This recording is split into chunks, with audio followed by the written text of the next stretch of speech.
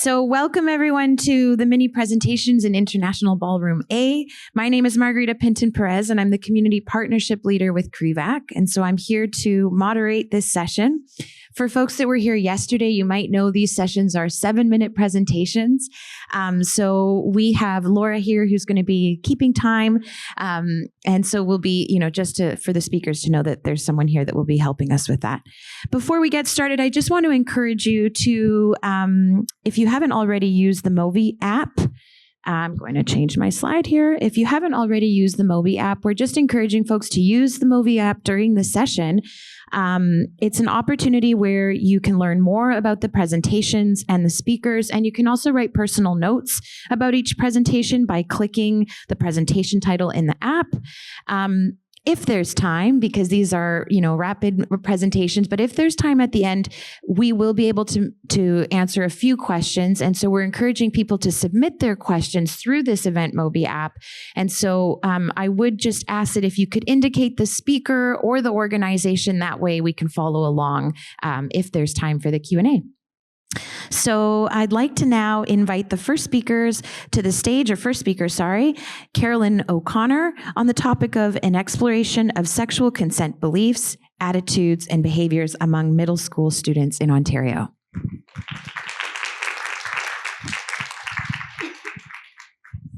you like a handheld? Yeah, I think so. Yeah. Okay. All right. And then the green back. Okay. Awesome. Okay, good morning. Thank you so much for coming. So I am talking about, my title of my paper is An Exploration of Sexual Consent Beliefs, Attitudes, and Behaviors Among Middle School Students in Ontario. And this is the quantitative portion of my mixed methods dissertation. So I'm really excited to share this with you all. So just a brief introduction and background. I know most of you know all of this already, but early adolescence, which I broadly define as between the ages of 10 and 14, is a period of rapid developmental change.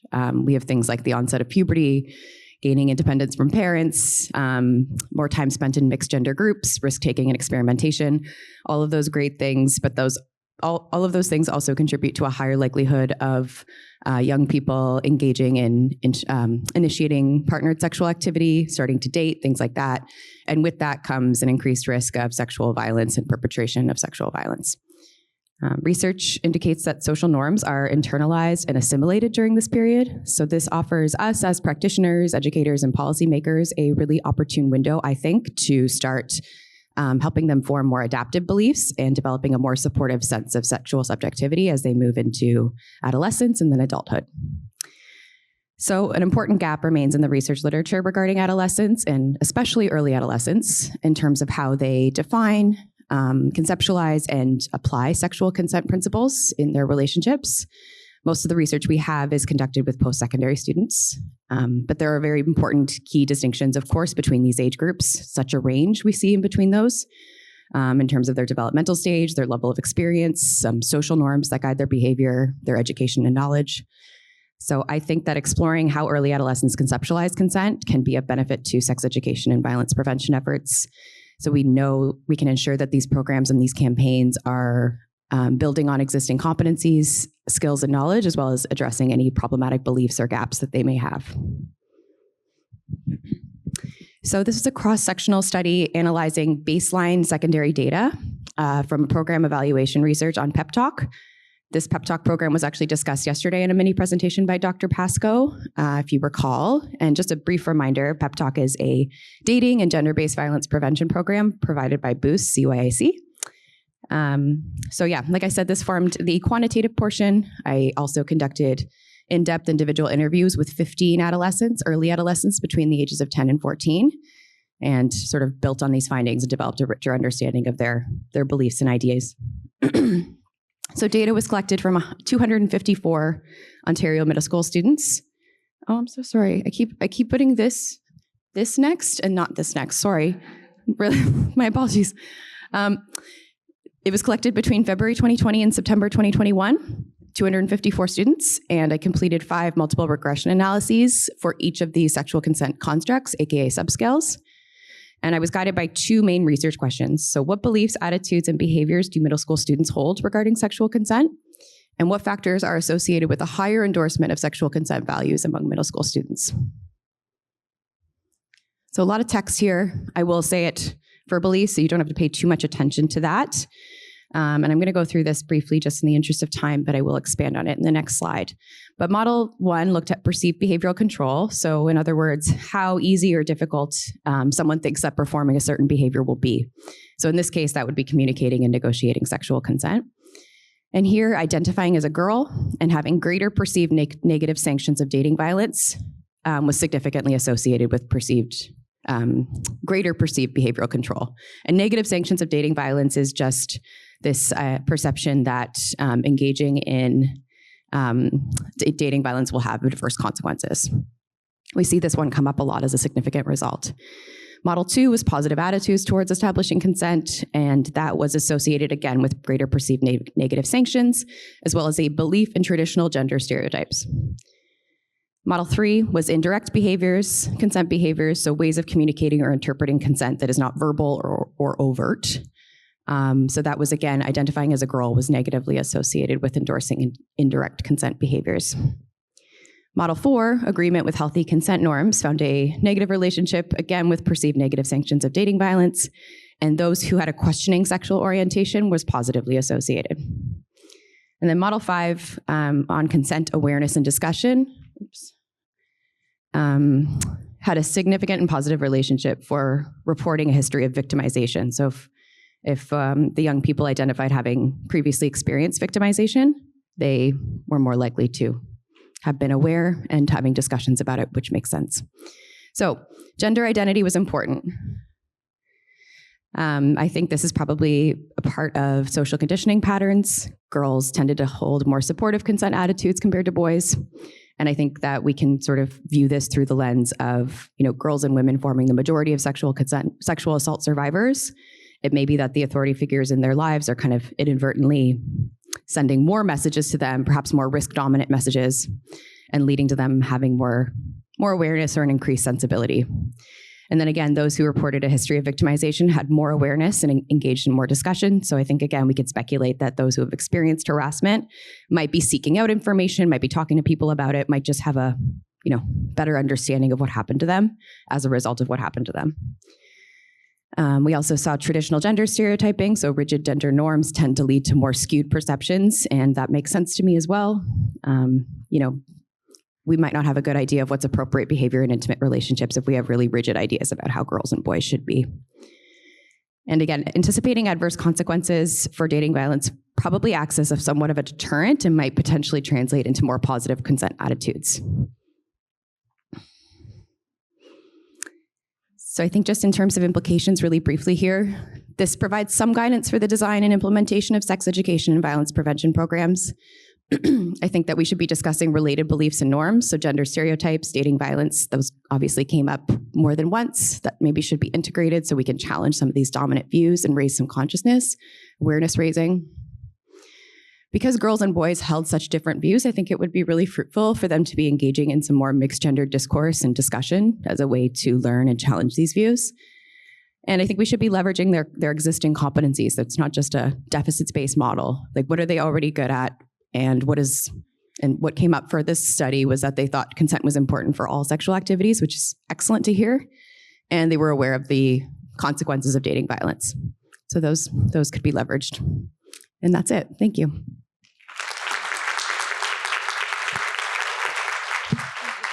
Thank you very much, Carolyn.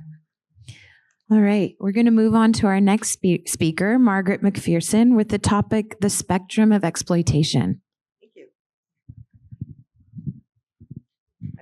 I was here yesterday and learned that 7 minutes, you don't have any idea how much you can actually say in 7 minutes. And that if you don't have notes, you're not going to say the things that you think you want to say. So I'm going to spend just a few minutes talking about the Spectrum of Exploitation. It was a project I was involved in. I live in London. I'm with the Center for Research and Education on Violence Against Women and Children. And it was one of the most interesting projects I have ever worked on. I feel like it was a good starting place, but I wanted to tell you a little bit about it. So you can find it, the website at spectrumofexploitation.ca is the website. And I'll put it up on the screen so that you can see it, but it'll be too small for you to really read it, but I'll give you a sense about what it's about. So it is a tool and a framework that can increase your understanding of the societal and personal conditions that interact to expose people to exploitation in their relational and work situations. So from precarious work to trafficking. It was developed by leaders of an anti-trafficking coalition in London, Dr. Sue Wilson and Dr. Annalise Trudel, in the London area around 2018. They wanted to create a nuanced tool that could support better clinical care, collect better data, and enhance advocacy for systemic change and prevention efforts. So they identified 4 tensions that they think really impede our collective progress on moving upstream toward prevention. The first one is the definition of trafficking that's confounded by the ideological and moral positions opposed to and in support of sex work. For some service organizations, all sex work is coerced and is to be counted as trafficking. Other organizations take an unproblematic view of sex work as legitimate work that is freely taken up. Reporting from the polar positions reveals the kind of apples and oranges outcome for data collection. And this has profound implications for collecting useful data that can support prevention and targeted effective strategies and interventions, including legislative changes. So the second one is the exploitation of workers in other sectors, particularly migrant workers, is treated very differently from that of sex workers. The situations of migrant workers are often dismissed as simple labor issues with little recourse for the exploited workers. 3, the predominant law and order approach to human trafficking is unhelpful for many people in marginalized communities who do not feel safe to involve police. It's overemphasized and the dominant response. The legal framing also hijacks attention away from the social, cultural, and economic factors which erode access to human rights and create the conditions that actually expose people to greater risk of exploitation. And then the 4th thing that they were dealing with was the dominant discourse that wants to reduce the complexity of people's lives involved in trafficking down to a checklist, while ignoring the systemic inequities that actually create the conditions. So I have the matrix up on the screen for you. It was developed to focus on individual choice down the long column, and then the work situation is the horizontal axis. So the horizontal line looks at the policy options affecting everything from decent work to clearly forced labor. The vertical line focuses on barriers affecting the degree of choice that an individual may have, including both individual and systemic factors. So at the lower end of the choice column, the focus shifts to highlight how exploiters take advantage of these barriers to recruit and then keep people in situations of exploitation, including the elements of human trafficking. Survivors told us the work context helps them think about their experience differently. And the matrix helps them, understand the elements that create the conditions where they are more exposed to exploitation. So the matrix allows people to explore the interplay between individual circumstances and choice, societal factors, and then the work environment itself. And we do look at work as a whole, decent work as a whole conversation in this that people find helpful. So the spectrum of exploitation provides solid criteria for identifying the degree and types of exploitation that are occurring in a situation. From a trauma and violence informed perspective, we need to move beyond the binary of being either fully victimized or fully able to make choice. It is rarely or never a simple yes or no. So this tool was developed to help us do a deeper dive into understanding exploitation as having implications for anyone who has to make a living. In other words, all of us. Yeah, and see, I don't have a screen that moves and I can't find my mouse. So gender-based violence is systematic. It's structured into the bones of our society. Think about the gender wage gap as one example of an economy that's rooted in sexism. You just heard Nadine talk about, sort of our sector.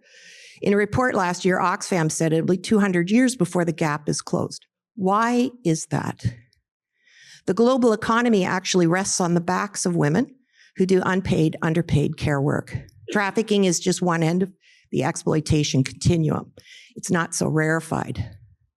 Eva Canada has done really important work that highlights exploitation for those working in the care economy, and I highly recommend it. So Eva Canada, look at their work. It's a great infographic. An exercise that I did with the group to sort of introduce the tool was at a regional conference. I actually asked everyone in the room to map themselves onto it. What is your experience of exploitation?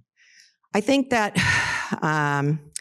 it is a way to reduce that us and them barrier that Nadine was talking about, and to see ourselves as all being recruited into a system that exploits in so many ways the work that we do.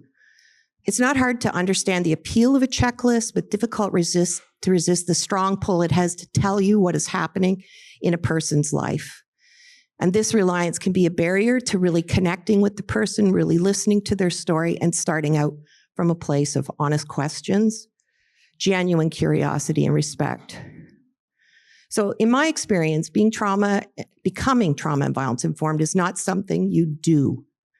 It's more about allowing yourself to be moved and changed by the person that you're with.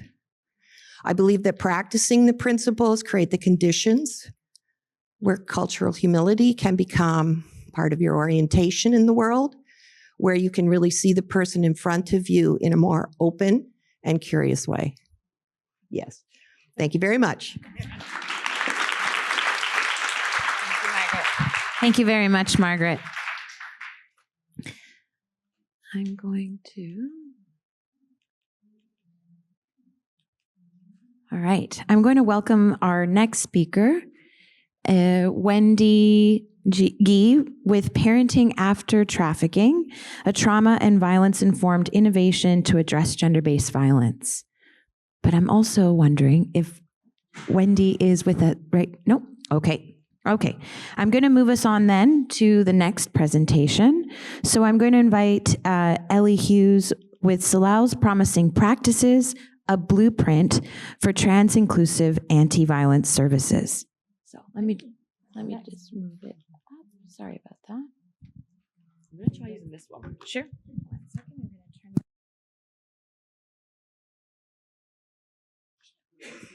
to turn it. Can you hear me like that? Is that too quiet? Might need to kind of move in quite a bit for this. Like that? How's that? Hi everyone, grateful to be here with you today. There's been a slight technical difficulty, so if my slides are not in the flow that feels right, then my apologies, I couldn't send the updated slide in time. I'm Ellie Hughes, Manager of Social Change with Salal Sexual Violence Support Centre, and I'm joined here today by Dalia Israel, our Executive Director, my smiley face in the audience. Our work takes place on the unceded, ancestral and occupied territories of the Musqueam, Squamish and Tsleil-Waututh people, colonially known as Vancouver. Oh, I've already forgotten to press. Okay, we'll just go with it. We've been offering anti-oppressive, feminist, frontline support services for over 40 years, as well as working to shift society through education, activism and advocacy. We're grateful for the chance to share with you today. 7 minutes isn't quite enough to create the depth of safety needed to have these difficult conversations, but our hope is to spark reflection and connection. Can you still hear me with this? Yeah. There was going to be a QR code at the end of the presentation, but that's been the difficulty. So there is on that table over there a QR code to get in touch, or please come and see us throughout the course of the day if you'd like to know more. What I'm going to share now is a glimpse into one of our biggest pieces of our social change work, the Meaningful Inclusion Project. Oh shit, how do I go back? Sorry, small. Salal was founded in 1982 and from the very beginning has been inclusive of trans women, recognizing that sexual violence lives at the intersection of colonization, racism, and gender. This was, and still is, a significant contrast from the mainstream feminist and anti-violence sector. Today, we are seeing an intense conflict around the inclusion of trans women in feminist spaces, seeing a rise in anti-trans rhetoric sweep across the world, including here in Canada, with Alberta preparing to invoke the notwithstanding clause on trans people's human rights. But there is also resistance, and there can be change. And it often starts, just like it did for us, with conversations and courage. For Salal, including all marginalized genders has never been just a project for us. It's been part of a long inclusion journey. Through our 5-year Meaningful Inclusion project, funded by Wage, we created a framework to help other anti-violence organizations support trans and gender diverse survivors. Grounded in community consultation, we created a blueprint that offers tools and reflections that others can draw upon as they navigate change. It is a resource for the whole sector, not meant to sit on the shelf, but be a practical and adaptable guide. Thanks, Dalia. So while our starting point may have been different from many in this sector, we don't share this to present a model of perfection.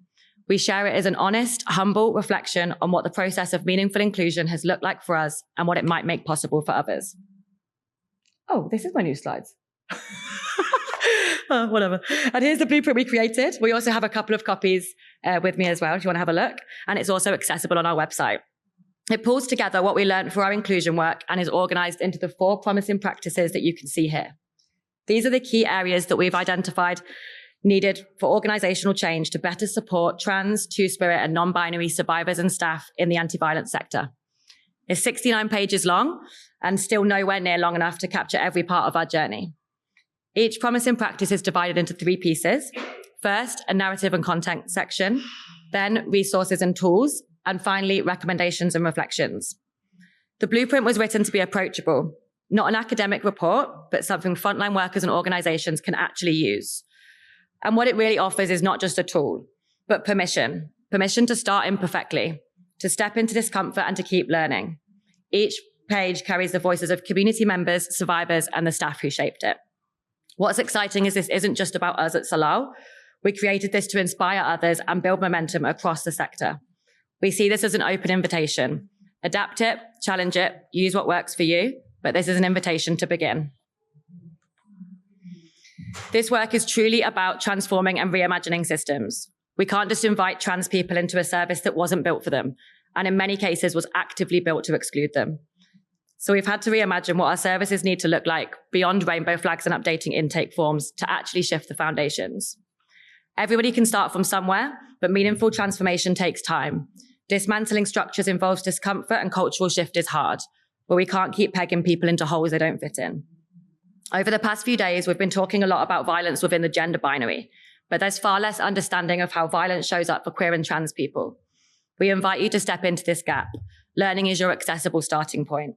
You don't have to know everything about queer and trans identities to do this. Across society, we often find ourselves chasing changes in language and understanding, and that's what leaves us stuck, not taking any action at all. Again, we invite you to step into this space to support queer and trans folks if you don't have all the words.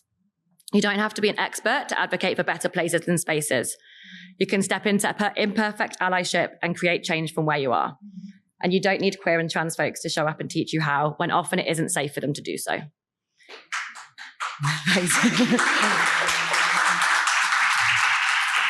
Inclusion isn't a side project. It's part of a broader movement for justice. And when we reimagine services for queer and trans survivors, we're also making them safer, stronger, and more responsive for everyone. So where's the innovation? The nonprofit funding model can mean there's constant pressure for us to be innovative, new, creative, shiny. But sexual violence isn't a mystery that needs to be approached from new and shiny ways. We know why it happens. We know who it happens to. We know that trans women, particularly trans women of color, are at the highest rates of sexualized violence. And we know that half of all trans and gender diverse people have experienced it. The mystery isn't sexual violence. It's why we don't act on what we already know. We keep chasing the new and the shiny while the answers are already here. For our programs to actually serve who needs them most, we don't need to get shinier or brighter. The innovation comes from courage, the same courage we ask survivors to draw upon every day. The courage to step into the discomfort, to ask the hard questions, to reimagine services so that trans and gender diverse survivors are included in spaces that have long excluded them. This innovation spreads when we share what we learn and push each other to do better.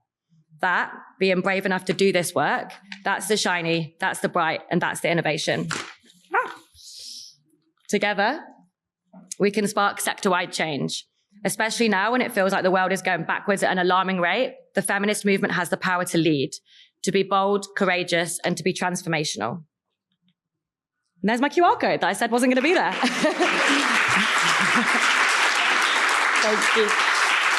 Please feel free to scan it for partnerships or capacity building workshops, or just to get in touch. We'd love to hear from you. Thank you.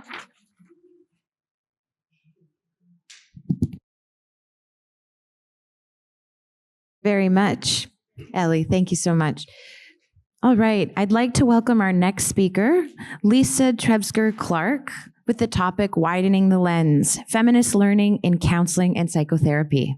Thank you. It seems this makes a bit louder. And how do I move it forward? Just green? Green is forward, yeah. Hello. Today I'd like to invite you to a quiet revolution.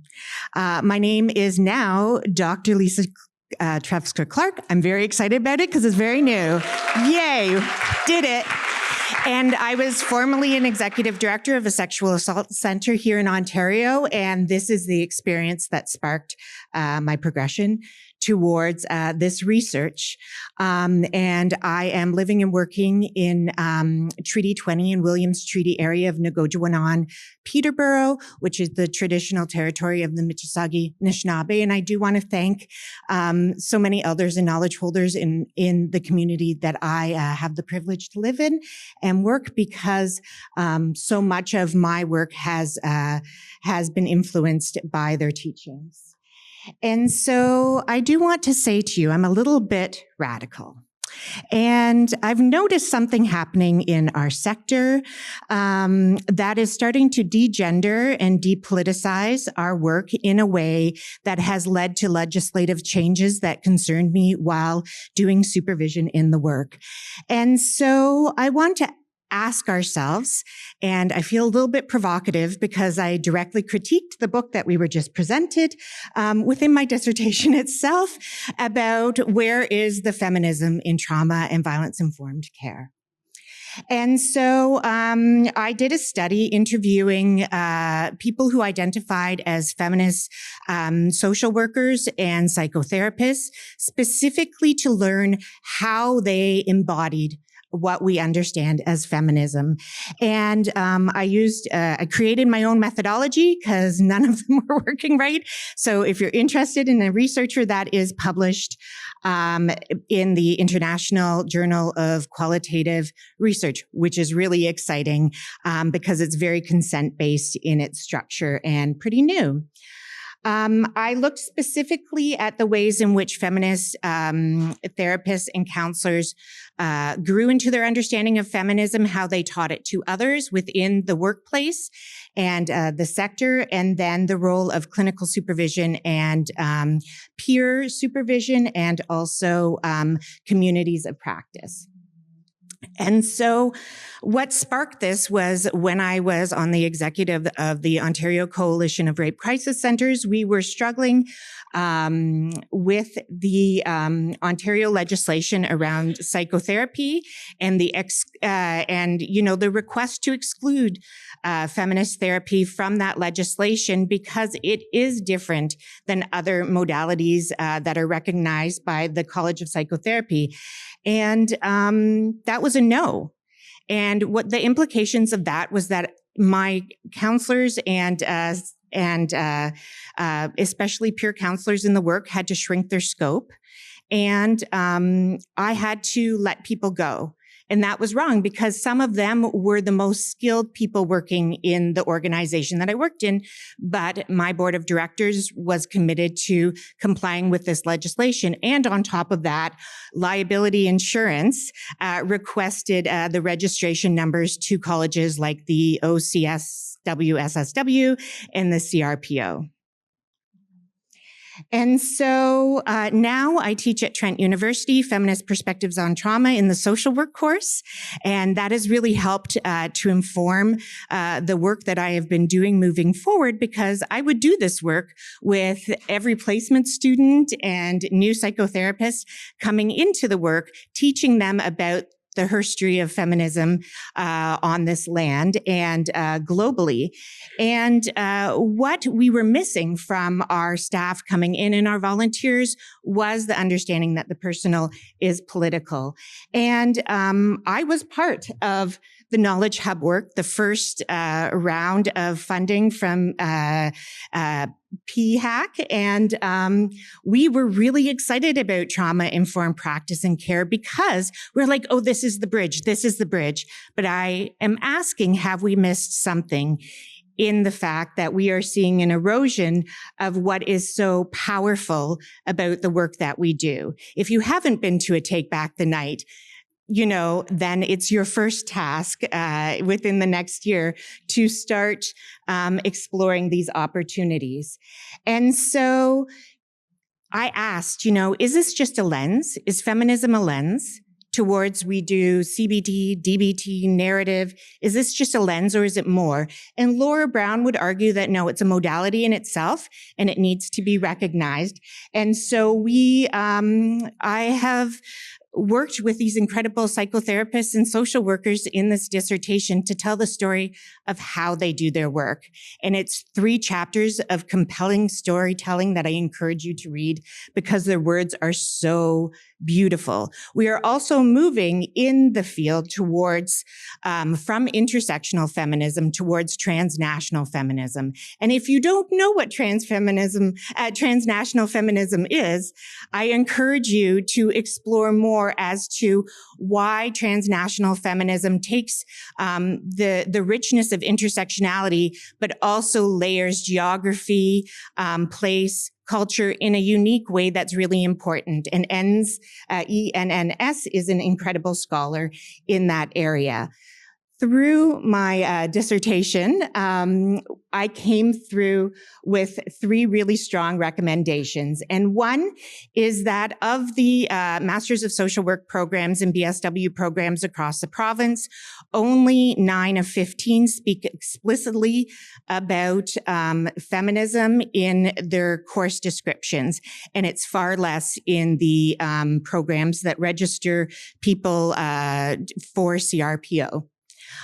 Secondly, there are gaps in clinical supervision because we don't actually teach at the post-secondary level, have an institute for clinical supervision that's specifically feminist. And so I am making a call to post-secondary institutions that this is an opportunity. You'll make money at it. Please consider doing this in a good way. And finally, building professional development opportunities. We built a community of practice, a feminist counseling community of practice in our community. It costs nothing. And I recommend that Build a Bigger Wave or the SADV CCCs are a great place for these to be started to keep this knowledge afloat and keep her story continuing. Thank you.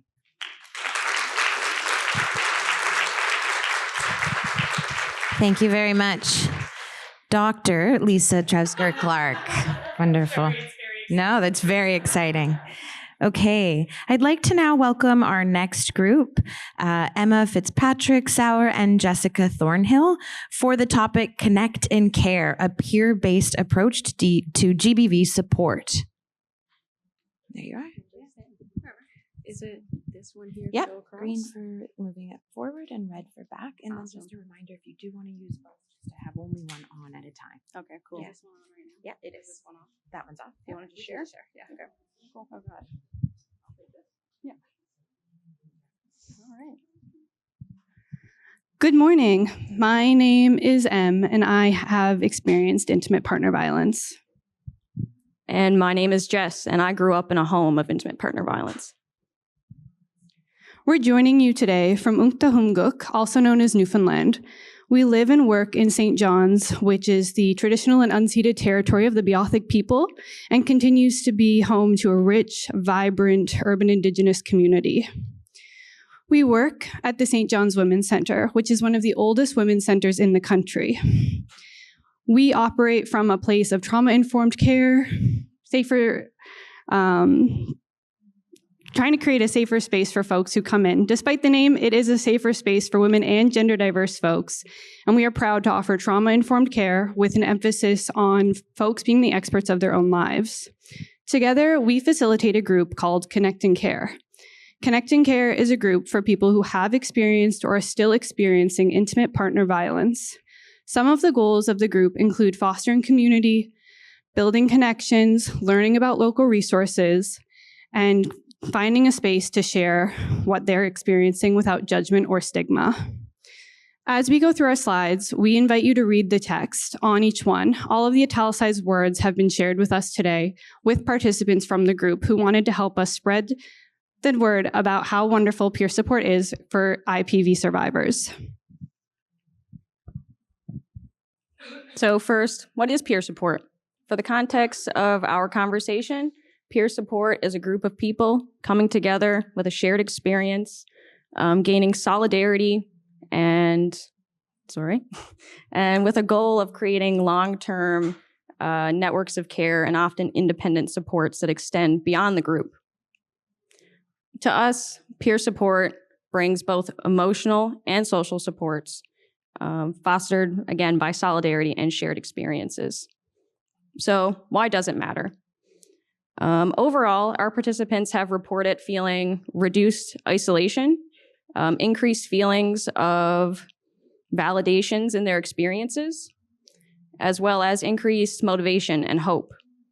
On our side, we get to witness a space of people learning how to trust again, learning how to feel safe and vulnerable, and as well as just increased mutual care across the board.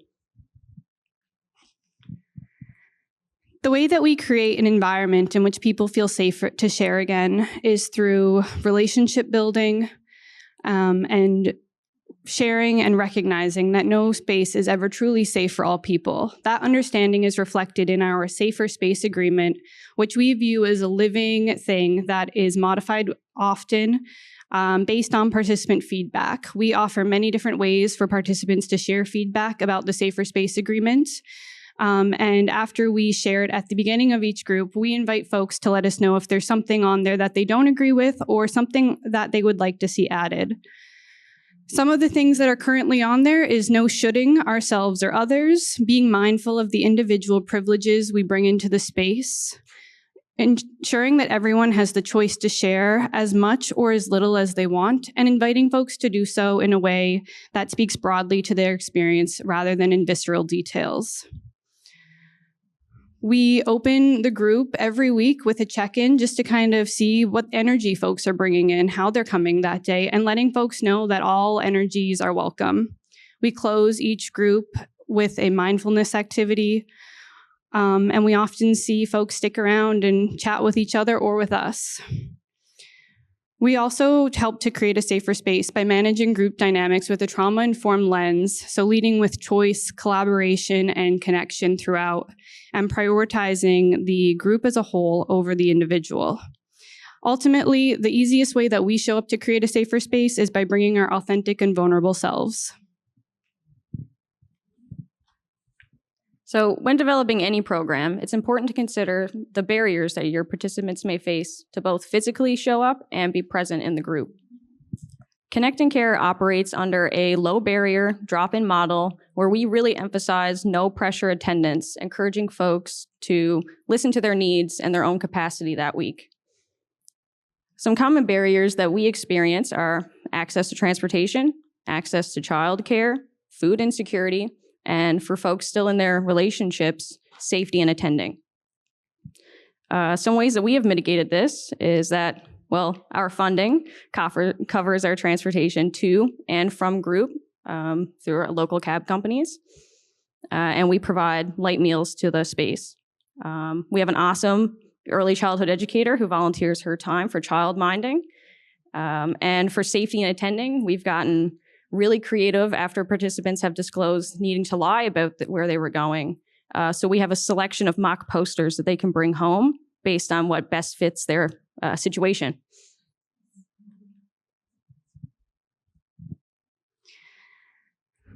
Some of the challenges that come with running such a low barrier group is the unpredictability of attendance in terms of numbers and the group dynamic, which means that we need to remain flexible and adapt our facilitation style based on who is present and the needs of the group. We have found a balance between being consistent in our group and prioritizing our own well-being.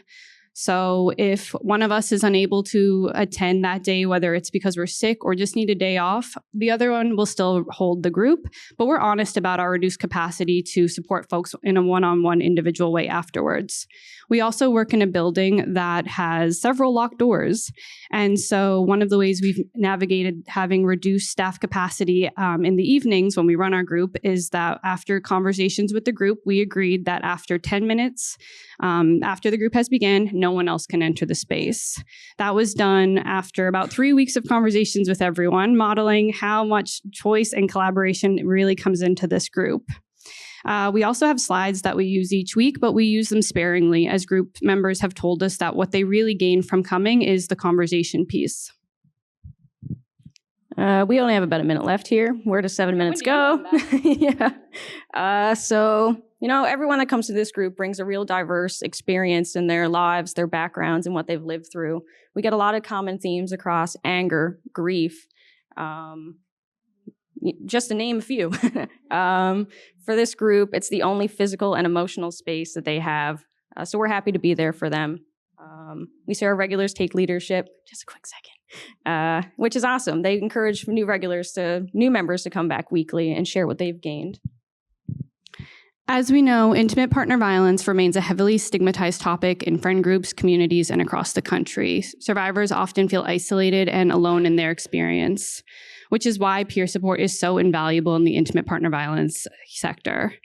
Connecting Care is so much more than a group. It is a place that community has built, and folks rely on it for creating a network of people who understand their experiences. And everyone's talking about funding being at risk. Our only cost is transportation and food. With very little, you can do so much. Hit us up. Thank you. Thank you, Jess and Em. All right, I'd like to invite our next speakers. So we have Carly Rob Jackson and Amy Carpenter with the topic Family Violence and Breakdown Among Canadian Military Families, Exploring Their Lived Experiences.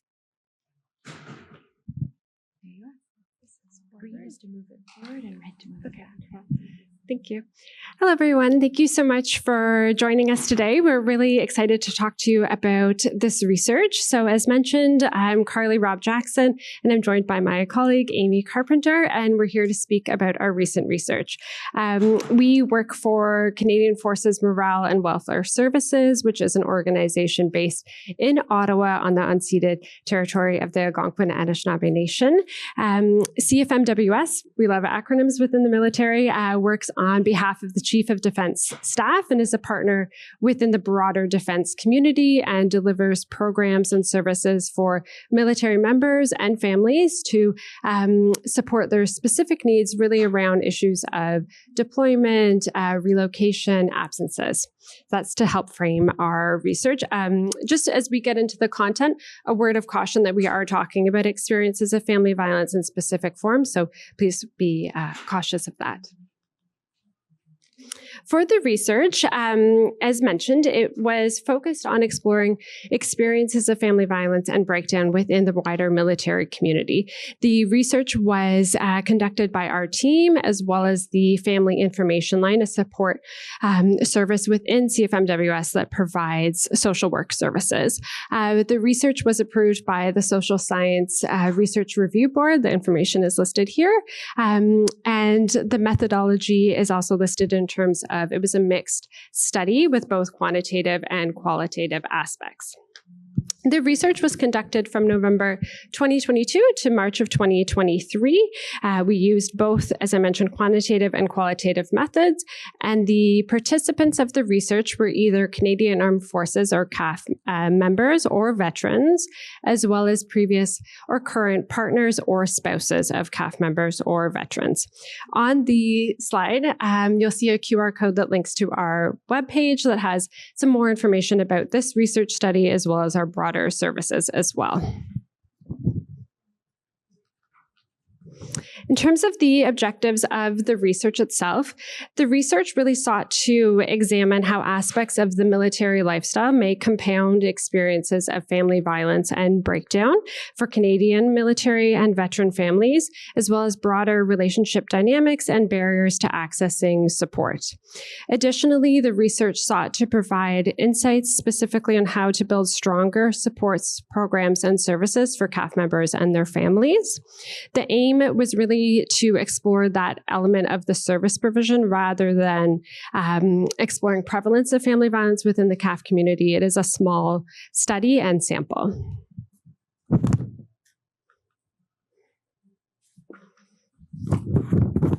Regarding the methodology, the research participants were recruited through various means. The Military Family Services Facebook page, for example, a social media post, our internal community of practice, as well as military family resource centers, which work at the local level supporting military members and families. For the demographics, it's listed here. Hopefully it's not too small. 64% of the survey participants, as well as 7% of the interviewees, identified as a military member or veteran, whereas 36% of the survey participants and 93% of the interviewees identified as a civilian and current or past partner or spouse of a military member or veteran. The majority of the respondents for both the survey as well as the interviews identified as a woman, which is 61%. The remainder identified either as a man at 36%. One participant identified as gender diverse, and 2 participants did not disclose their gender identity. Thank you, Carly. So moving on to the results, given the study's small sample size, these results are not generalizable to all military families, so please keep that in mind. In this study, we found that emotional, mental, and psychological abuse and trauma, often compounded by experiences of isolation, were the most commonly reported forms of violence among these participants. Financial difficulties were frequently cited as a primary source of conflict or tension among the participants and their spouse or partner. Participants accessed a wide range of support services during their experience of family violence, with professional counseling being the most commonly used service. Among those who specifically accessed Canadian Armed Forces support services, military chaplains were the most frequently utilized resource. Continuing with the results, several barriers for seeking support were identified. Shame and embarrassment were the most commonly cited reasons why some participants chose not to seek support during their experience of family violence. Other barriers included partner interference, the fears of the negative impacts of the military member's military career, and the concerns about service providers, including long wait times, feeling unwelcomed, and fears around confidentiality. Most participants did not choose to report their experience of family violence to either military or civilian police. This was primarily because they viewed their experience of violence as a personal matter or felt that it was not important enough to warrant formal intervention. Connected to the main objective of this study, we identified actionable items to increase support for military families. Firstly, these recommendations include increasing awareness and education on financial and economic abuse in the military community. Secondly, providing more targeted support for military members and/or their families, including recently separated spouses and partners when leaving an abusive relationship. Thirdly, strengthening education efforts to ensure that military members and their families are aware of the existing supports within the Canadian Armed Forces, the Military Family Resource Centers, and military family services. Fourthly, expanding military-specific courses and resources delivered directly by the Canadian Armed Forces with a focus on family violence and broader mental health issues. Finally, enhancing a promotion of the service delivery options delivered directly by the Canadian Armed Forces, as well as the military community. This includes virtual and self-service options, as well as pathways to civilian services. That was our very quick overview of our presentation, so if you want more information, please reach out to us.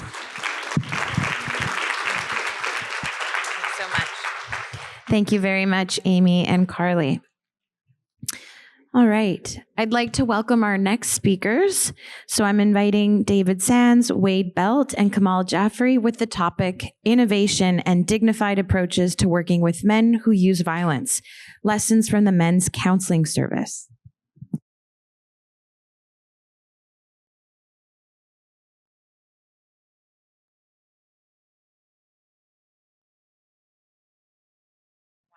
Yeah, that's all we'll use. Yeah. Okay. Is this the green's forward? This doesn't count, right? Time-wise? Ah, beautiful. All right. Hello, everybody. I am David Sands. I'm the Director of Client Services with Fear Is Not Love, formerly the Calgary Women's Emergency Shelter, now evolved into a broader identity designed to support our mission to end domestic violence and abuse. I should actually move the slide over. Hey, check this out. At Fear Is Not Love, we support individuals, families, and communities to live free from neglect, violence, and abuse. Our services include a 24/7 domestic violence helpline, a men's helpline, a 50-bed emergency shelter, court navigation, counseling for men, youth, children, and their families, and community prevention and outreach programs. We also collaborate with Dr. Jeff St. John in Forge to provide leadership to men and, which I have some cards here I'd like to share with you later, which is an online resource that offers trusted support, information, and resources for the complex mental and relational health challenges men face. So I do have these QR code cards that will take you to the resource, and I've brought a bunch of them. So if you'd like to grab them, just find me later. But today we're here to talk about one of our signature programs, which is the Men's Counseling Service, a voluntary program serving individuals who are concerned about their abusive or controlling behaviors in their close relationships. This service has roots going back to the early years of our organization, and today supports around 500 men and their partners annually. We offer both individual and group counseling. That being said, about 90% of our participants come in through the individual counseling option. It's provided by skilled therapists, typically structured over 12 sessions or 6 months, and we run parallel partner outreach for safety, support, and referrals. What distinguishes this program is how it reflects our core values. It is client-centered and respectful, treating our clients as persons capable of change rather than as fixed perpetrators. We emphasize agency, helping our clients see that they can make different choices and building space for accountability, not shame. Ultimately, creating an opportunity for safety in their close relationships. Because of our response-based foundations, we pay close attention to how our clients speak about their actions, highlighting their own choices, moral orientation, and capacities for repair. To speak more about that and our approach, I know there's a lot of information on that slide. I'd like to now invite Wade Belt, our practice advisor, to speak more about the unique approach to the program. Hi. So I'm here to talk today about what we actually do in the room and kind of how we show up. I like to say it this way: we meet clients where they're at. We meet our perpetrators where they're at, and that often looks like or feels like we meet them in the swamp. For us, when I talk about the swamp, that means clients presenting with denial, blame, justification. We don't work to push them or responsibilize them, although we do want them to take responsibility. Rather, we work to create an environment where they take responsibility for their own actions. And through our conversations and the questions we ask, that's kind of our hope and result, is that we increase their understanding of their responsibility and their actions. We do this through, and I won't read these quotes, but I think these quotes represent best of how we do this. This can look like we work really hard to get close to the beast, so close that we start to see the beauty inside of it. We call those pro-social values. And those pro-social values are the things about these clients that their desire to be a good dad, to be a good partner, their desire to have a healthy relationship, their own desire to not be violent. That doesn't mean that we excuse the violence or overlook it, but rather we see them as a dynamic person that's capable of multiple things. We also work hard to hold good assumptions that help us build good questions. And our questions allow space for good answers to come forward. That's challenging work, as simple as it sounds, to hold good assumptions when you're in the room with the perpetrator. Lastly, we work really hard to not try and use the same tactics our clients, or we're trying to get our clients to stop using. And we don't want to treat clients with disrespect, blame, or coerce them into taking responsibility or forcing them to act the way we see they should. Rather, we want to join them in their own nonviolent intentions. Kamal is going to speak next. She's our brilliance stat person, and she'll tell us about some of the data we've collected. Hi, everyone. Yeah, I just wanted to share a little bit about the impact of that we're seeing from this program. As David and Wade mentioned, that we work with men who are not mandated in a trauma-informed response-based setting. This is not a common practice, and one of the challenges we experience is that there are very few evaluation tools that are readily available or well-suited to this kind of work. So as a result, we continuously adapt and refine our evaluation methods so that the data collection is reflective of the realities for these men and the families that we serve. So currently, our evaluation framework includes multiple sources of data that you can see here. One of the recent modifications that I wanted to highlight here is the introduction of retrospective pre-scores. This method acknowledges that as our clients increase their self-awareness through counseling, they often reassess their starting point and report it differently than they did at intake. And as you can see from this chart here, interestingly, we observe that many men rate themselves lower in retrospect, which we interpret as a sign of greater honesty and deeper recognition of the impact of their actions. These results show meaningful progress. The partners have reported greater emotional and physical safety, and our clients themselves have reported improvements in accountability and behavioral regulation. Together, these findings, through all these data collection tools, they point to programs' role in advancing both safety and positive change. And on that positive note, I will close out our presentation. You can use this QR code to our website. Can't see the text here, but this will take you to the resources page of our website, and you can look at all the work that we are doing at Fear is Not Love. If you have any questions at all about this program, please direct them to David here. Sir, I did just want to add one more thing. We did bring a couple copies, like a handful of our Choosing to Change handbook. This is a handbook that we designed to work with this clientele from the approach that we've talked about today. It's far more in depth than 7 minutes. If you'd like to take home a copy, I have about 15 with me. The rest is on our website. So thank you. Thank you. Thank you so much.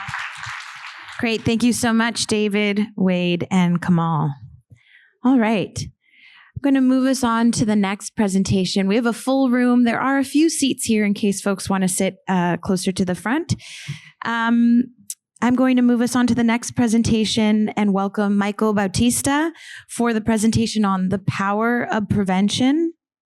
Oh, I'm sorry. I'm sorry, Michael. I'm going to welcome Trish Saborn and Christina Silva with the presentation Ending Domestic Violence by Engaging Men. Apologies for that. No, that's okay. There's the microphone. It's green to move the slides forward and red for back. And this one's turned up just so there's no sound. Sorry, Michael. I know you wanted to come up. You good? Okay, good morning, everybody. We are with Women's Crisis Services of Waterloo Region. I'm Trish Sabrin. I'm the Director of Programs and Services, and I'm here with Christina Silva, who's our Outreach Supervisor. And together we co-lead the Engaging Men program. So we're going to spend probably 6 minutes talking about that.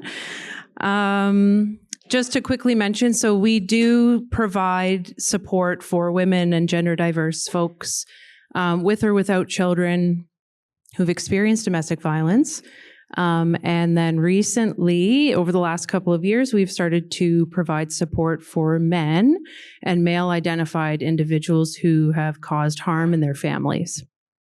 And we do recognize that domestic violence takes many different forms and shapes. We will use men and women, or male and female generally, for this presentation. Okay, so statistics show that a vast majority of violence is committed by men. And while we know that males are often the main perpetrator of violence towards women and girls, they're also the main perpetrator of violence towards other males and boys. We need to end gender-based violence by engaging men and lifting the burden off the survivors. So traditionally, as we know, women are often the ones forced out of the home or must leave the home, often left with the responsibility of the children and the most financially impacted. And this needs to change. So accountability right now, if we look at it, often is limited to police, courts, and PARS program, which is not working. So in the fall of 2023, we introduced a new way of fostering male accountability through our Engaging Men program.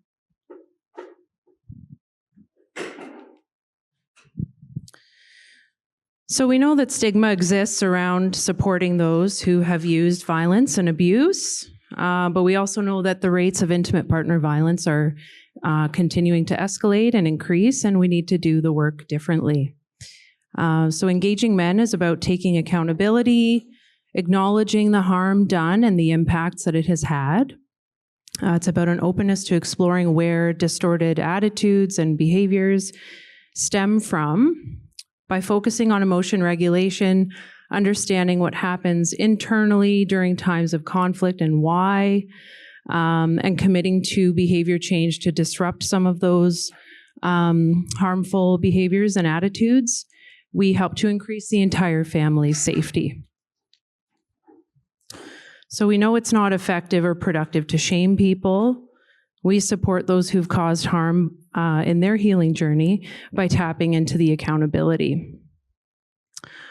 We're often asked why we are doing this work, and we feel it's important as VAW professionals that we're involved in the work because we understand the women's perspectives, those who've experienced the violence, and we hold their safety at the center of the work that we do, including within this program.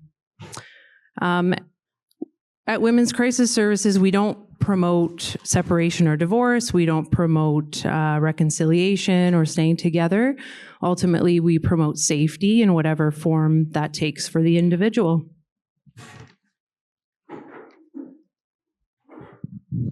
Okay, so our program is a voluntary program. It's not mandated, and individuals choose to come for help. It's completely unfunded, paid entirely by fundraising efforts. We believe in this so much, we have made this a priority. It's free, there's no sliding scale, and we meet people where they're at. So we deliver the counseling more on an outreach basis. So our counselors will go out to homes, to coffee shops, to public libraries. And unlike sort of traditional counseling agencies with some limited hours, 99% of the counseling is done after hours, including Saturdays and Sundays. Clients may or may not choose to reconcile with their partners. We see a lot of individuals coming to the program for better ways to co-parent, but also to be better fathers. The program consists of about 8 sessions of individual counseling. And initially when we started, we had 2 counselors, but with demand and referrals, we have now expanded to 7 counselors. We've added an intake role, and this role will help sort of free up some of those individual sessions. So what we were finding is a lot of individuals coming to us had other needs, a lot of practical needs, needed some resources when it comes to maybe substance use, mental health. And so that intake worker is able to provide that before the counseling begins. The other part of thinking about it too, for myself, I've worked at Women's Crisis Services for over 20 years, and I've always worked with those who have been harmed. I've never worked with those who have caused the harm, and never thought that I would ever be up here promoting a program like this. But a lot of the clients that I work with who had separated, their partners who caused the abuse will go on to other relationships. And so we would then be seeing further clients coming through our doors or coming through our support line for our outreach. So that was for me a really important thing. 1 minute, okay.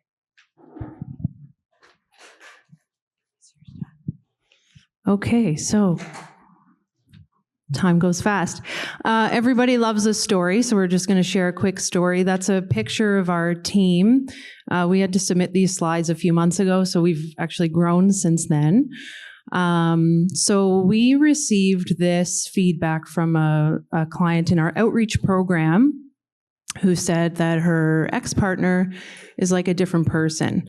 So after her ex-partner started in the Engaging Men program, she reported to her outreach worker that she could see that even though they did not intend to remain together, their communication had improved and they were actively talking about ways to co-parent in healthier ways. Where's my slide? I think we have like 1 minute left. You want to just move on to the next one? Time? Okay. So quickly scaling the program. We're looking at ways like digital resources, workshop templates, conducting focus groups, focus groups with survivors, creating toolkits, exploring offering train the trainer, and that's it. Thank you. That is hard. Great. Thank you so much, Trish and Christina. Okay. Now I'd like to welcome Michael Bautista for the power of prevention, engaging men and fathers through domestic violence-informed practices. Thank you. All right. I appreciate the presenters that I'm following up. You know, engaging men is an important thing. And so recognizing that we do need to engage the family as a whole in order to create change when it comes to domestic violence, gender-based violence. And so a lot of what I'm going to talk about is actually going to echo some of the points that have already been made. So yes, Michael Bautista, he, him pronouns with Families Matter. And so we are a family serving agency. I'm going to focus on our Fathering for the Future program, which predominantly works with those that identify as men and fathers. And so it is, again, designed to meet the needs of those who identify. Its intention is to support and strengthen the relationship with their children and families. And this is done through a couple of modalities. So we have one-to-one coaching, fathering coaches that work with fathers, group education classes, and different caregiver-child programs. I've been with the agency for 18 years, and so there's far and few supports for those that identify as men and fathers, even less so for those perpetrators. And so I'm fortunate to work with an agency that supports the vision of working with fathers because they are an integral part of the family structure.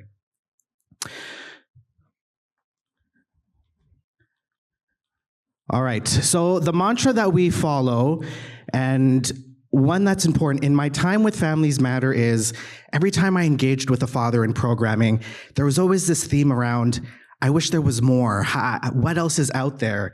And so we created this idea of an SOS for fathers where we provide the space, the opportunity, and the support for fathers to come together to learn, to build a community that promotes parental resilience. Again, isolation is really huge. And so when we can connect and provide a space for men and fathers, they're able to learn. They're able to learn about child development. How can I be a better father for my child?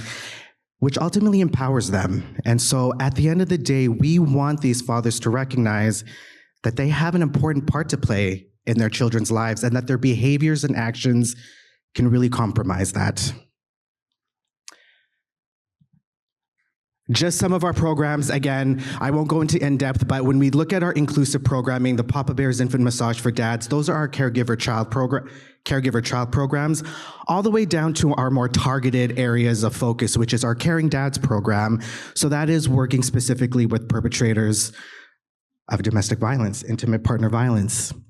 Now, the important thing to note about that is when we think about being a domestic violence-informed agency, we know that perpetrators have flowed in between all of those program components.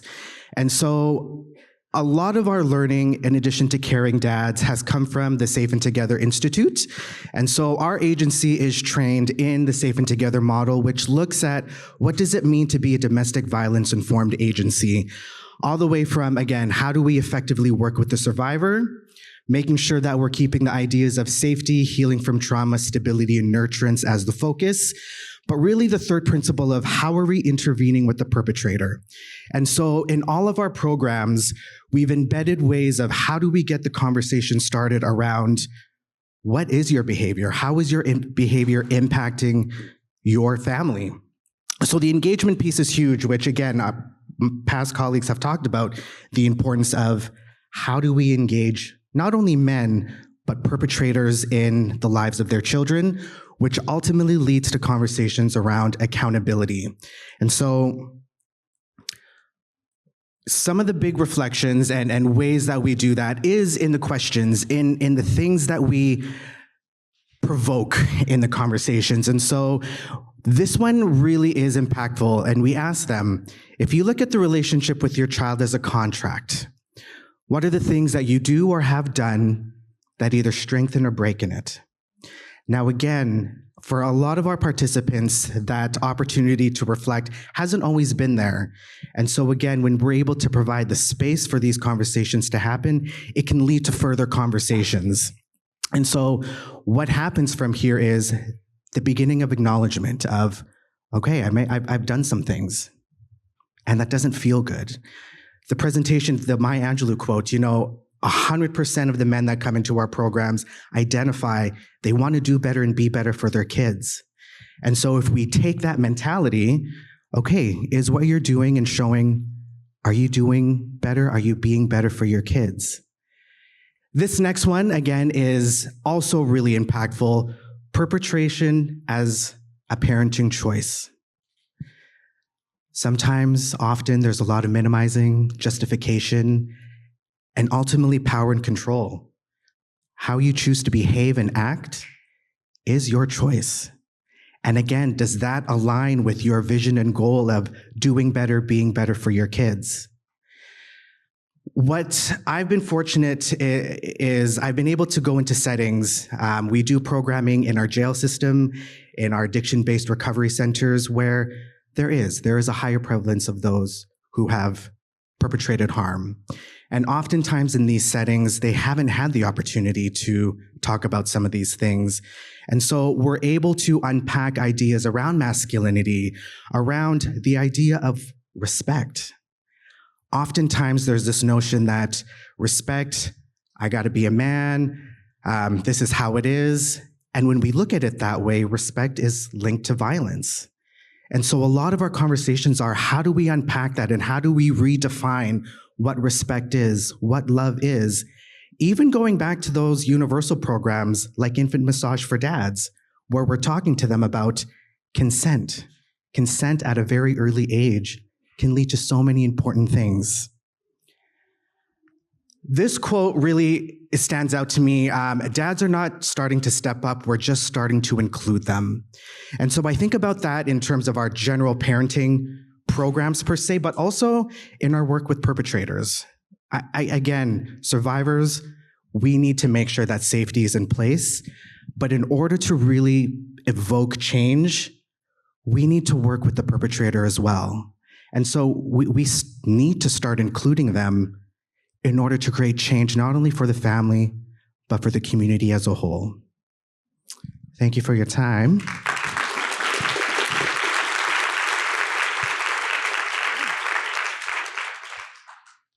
Wait, sorry, I've always wanted to do this. I'm gonna do this whole thing. And so, all right, get in there. Yes, all right. Awesome, thank you, Michael. All right, wonderful. So I just want to take a moment to thank each and every one of the presenters. It is not an easy exercise to, prepare a presentation for 7 minutes, and everyone did a really great job. And thank you for taking the time to share about your projects and the work that you're doing. We do, in fact, have a little bit of time here for a Q&A, and some folks have submitted questions through the Event Mobi app. So here I am encouraging you that if you'd like to submit a question, just going to grab here my phone so that I can see the questions that have been submitted. This session wraps up at noon, so that's why we do have a bit of extra time here, as some presenters weren't able to attend. So the first question is for Dr. O'Connor. What did you use to run your statistical analysis? I'm assuming this question refers to the software, perhaps. I'm not sure. Open to interpretation, I guess. I used SPSS, and I used binary analyses first to determine which of the predictor variables were important, and then plugged those into the 5 models. So yeah, SPSS. I think that's how the question, what they were asking. Oh, yes? Okay, awesome. Thank you so much. Thank you. Yeah, it does. It's off right now just to avoid the static. The next question is for Em and Jess. Are you able to share any advice or insights for situations where a survivor does start sharing graphic or triggering details about their trauma in a way that's inappropriate in the setting? I've seen this a few times. It's very complicated and can be difficult. Thank you for your question. I'm just going to stand up so I don't hurt my neck. Outlining what we expect from participants as they enter with our safer space really makes it easy for us to invite pause in those moments. Without taking the time to really dig into that safer space, we run the risk of surprising people with censorship, and we know that folks who have experienced violence in relationships often do have to censor themselves to keep themselves safe. So we're very mindful about not doing that. That being said, prioritizing the group as a whole, and also prioritizing the person who's sharing. We sometimes will invite pause, ask, how is that feeling in your body to share that? We're really lucky to work in a space where we have counselors on staff, so we can offer a lot of supports outside of the group as well. So yeah, setting up that safer space, sharing that we may ask folks to pause before we ever get to that point, and then making sure that they're aware of the other supports available. Thank you.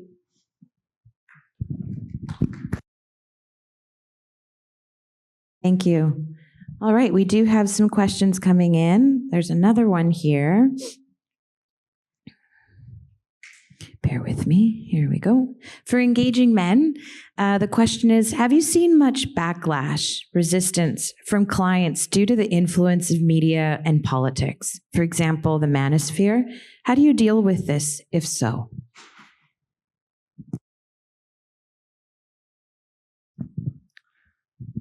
I'm not sure if that is in reference to like engaging men clients or our the women that we serve as well. We haven't heard anything, any concerns at this point as of yet, kind of surprisingly, but we wait and with open ears, and yeah, I don't think we've heard anything. No.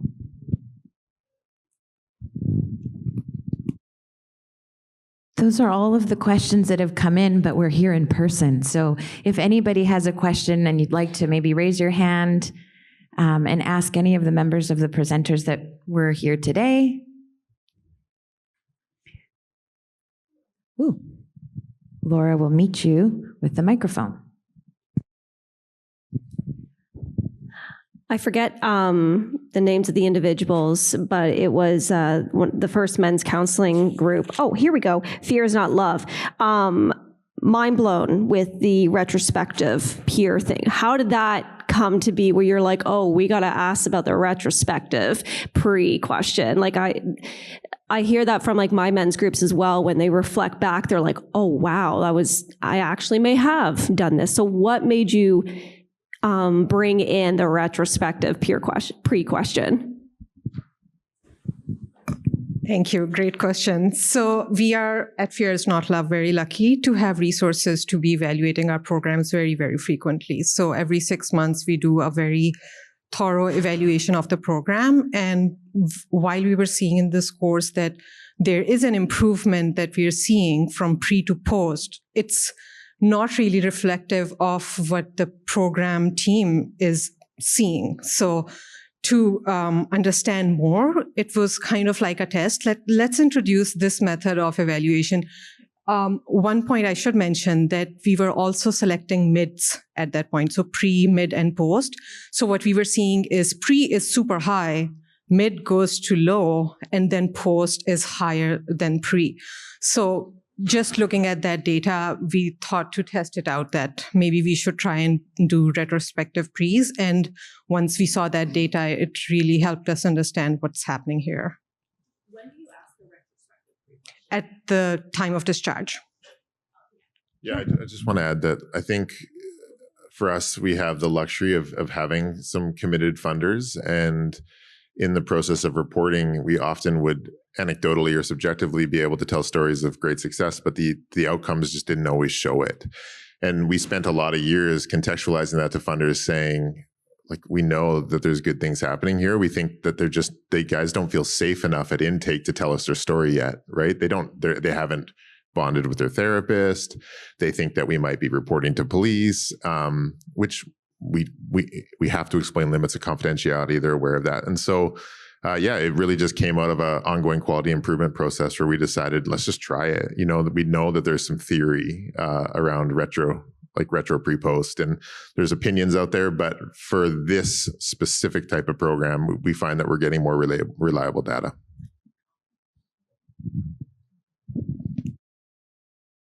Are there any other questions from the audience?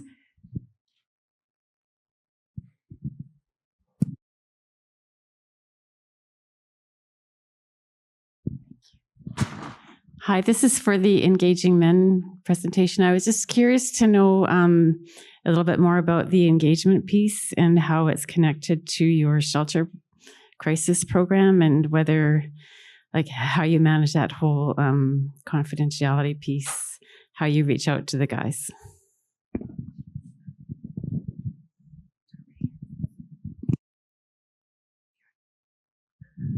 So there's a couple of ways in which community agencies that we've partnered with. So Family and Children Services. We're also part of a family violence project through Camino, where we're kind of co-located with other organizations. And we have a partnership with Early Intervention Unit through the Waterloo Regional Police. So the intimate partner violence is there, including early intervention. And so one of our outreach workers, including our outreach worker and the detectives, make calls, and we kind of do a ratio that's 2 and 3.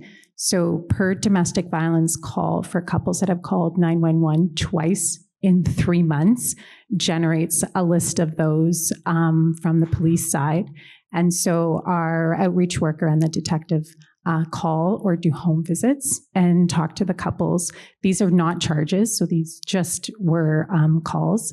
And they go out and they talk to them. They provide services such as our outreach services. They also provide services such as now with our Engaging Men.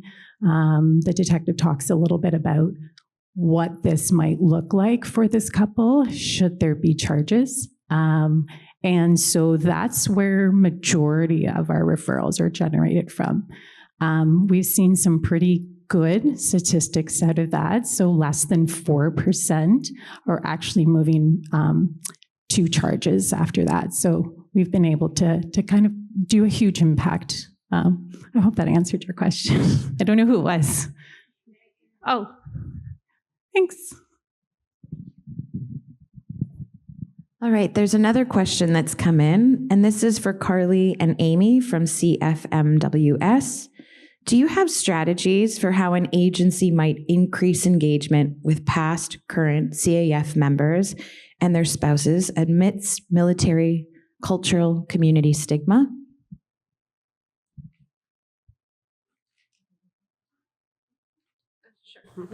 We'll both answer. Maybe I'll stand up so it's not hurting my neck. Similar.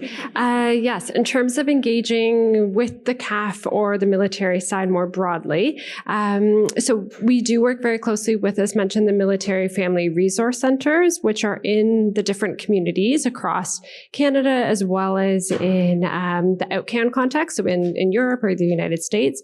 And those organizations are the ones that really are providing the services directly to families, and they do work with community-based organizations as well. So our role more is to support the family violence advisory teams that work at those locations, and Amy will answer a bit more about that. Thanks. Yeah, so as Carly mentioned, we support the family violence advisory teams, which are really advisory committees that provide recommendations to CAF leadership, but they also support military families in the sense that they provide education and prevention awareness programs. And they can be connected through the Military Family Resource Center. And at the end of the day, too, if you have specific questions, you can reach out to Carly or myself. We manage the national lists across Canada and the OutCan, so we can connect you with those services as well. Great, thank you. We do still have a little bit of time. Are there any other audience questions? Okay, so then just another moment to say thank you to each of the presenters. We can another maybe round of applause for everyone that presented today. So these are mini presentations, 7 minutes each. Let's begin. So I'd like to first invite our first speaker, Amelia Peltz, with the topic, Making a Difference, One Survivor at a Time, the Impact of USAID's First Line Support, Lives Training. Thank you so much.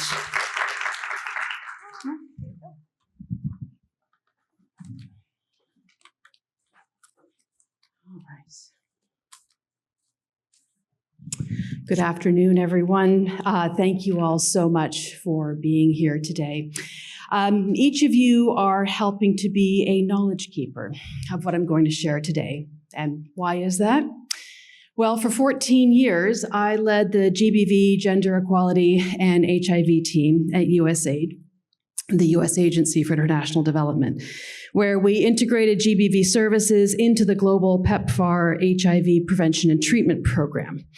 This work, which saved countless lives and brought survivor-centered support to our global HIV services, was terminated in January when USAID was completely dismantled. And I, along with thousands of my friends and colleagues, lost our jobs, and the people we served lost essential HIV and GBV care. So the work that I'm presenting today was fed into the proverbial wood chipper, so to speak. But by allowing me to present this legacy, the conference organizers and all of you gathered here in the room today are helping to keep the story of this work alive so that we can learn from it and build upon it together as a community of feminists who are committed to ending gender-based violence.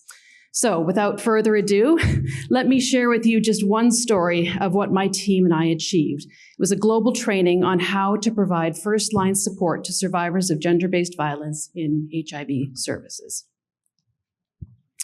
So gender inequality and gender-based violence pose significant barriers to sustained control of the HIV epidemic globally. Data and program evidence show us not just the scale of violence in HIV, but how these are two mutually reinforcing epidemics. 1 in 3 women worldwide have experienced violence in their lifetime, and 1 in 4 girls' first sexual encounter is unwanted. It is more likely that a woman who experiences IPV will acquire HIV, and survivors can face difficulties in adhering to HIV treatment. Harmful gender norms can increase the risk of HIV acquisition and also interrupt HIV testing and treatment services. So recognizing this syndemic nature of HIV and GBV, my team prioritized the provision of first-line support to survivors of violence in USAID's PEPFAR program to mitigate the impact of that violence on people living with HIV and populations that are made vulnerable to HIV. So I think most of you in this room will know that first-line support is that immediate care that is offered to a survivor and is a form of psychological first aid that is grounded in a rights-based approach. Integrating the provision of first-line support was critical to ensuring that our services and interventions did no harm. So using the WHO framework, which goes by the mnemonic of lives, my team trained hundreds of USAID staff, implementing partners, and national government representatives from over 25 countries across Africa, Asia, and Latin America.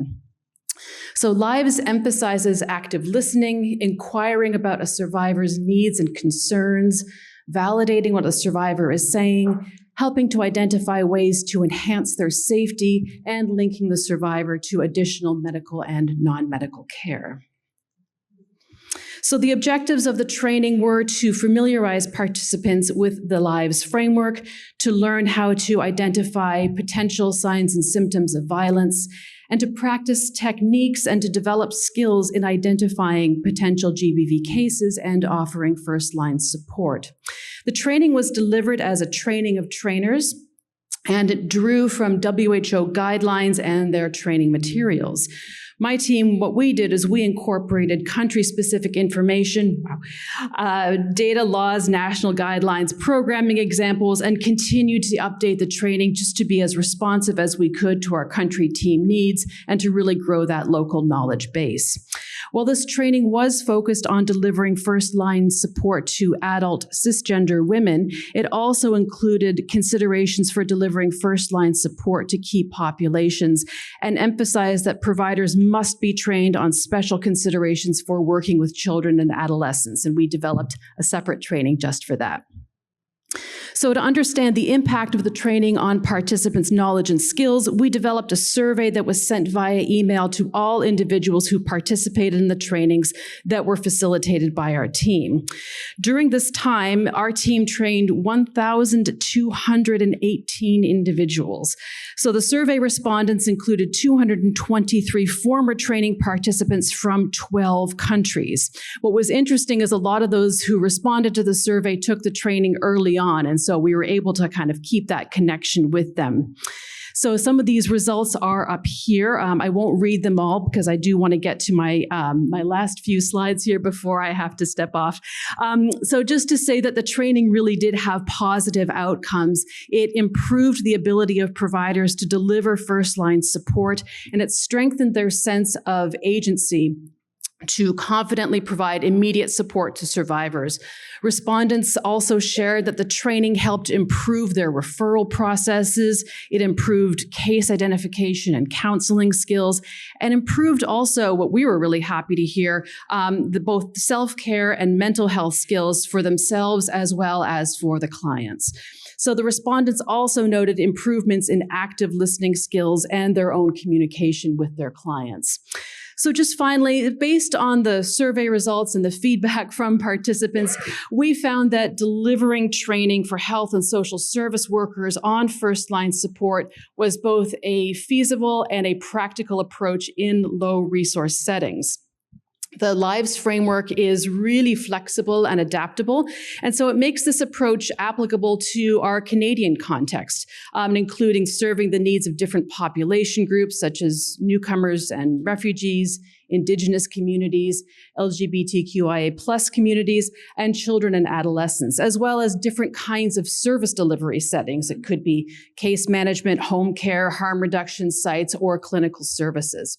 So thank you so much for allowing me to share this work with you all today, and I will be around later for questions if you have any. Thanks so much, Amelia. All right, I'd like to welcome our next speaker, Rebecca Pacheco with Brave Spaces, Empowering Survivors and Service Providers Through Public Education and the Elimination of Systemic Barriers. Thank you. Hi, everyone. My name is Rebecca Pacheco. I use she, her pronouns, and I am the Development and Education Manager in Brave Agency to End Violence, formerly known as Interim Place. We currently operate in the region of Peel. We are an organization for now over 40 years, has provided supports and services to survivors of gender-based violence and their children in Peel. We currently operate 2 shelters in the region with a total of 72 beds, as well as a crisis crisis line, as well as a community support and outreach team that provides supports to survivors living in the community. But I'm here today to speak about our public education program that we continue to build and grow, and doing that prevention work that we've been talking about now over the last 2 days. More specifically, I want to highlight the work that we do and did with our Brave Spaces public education program.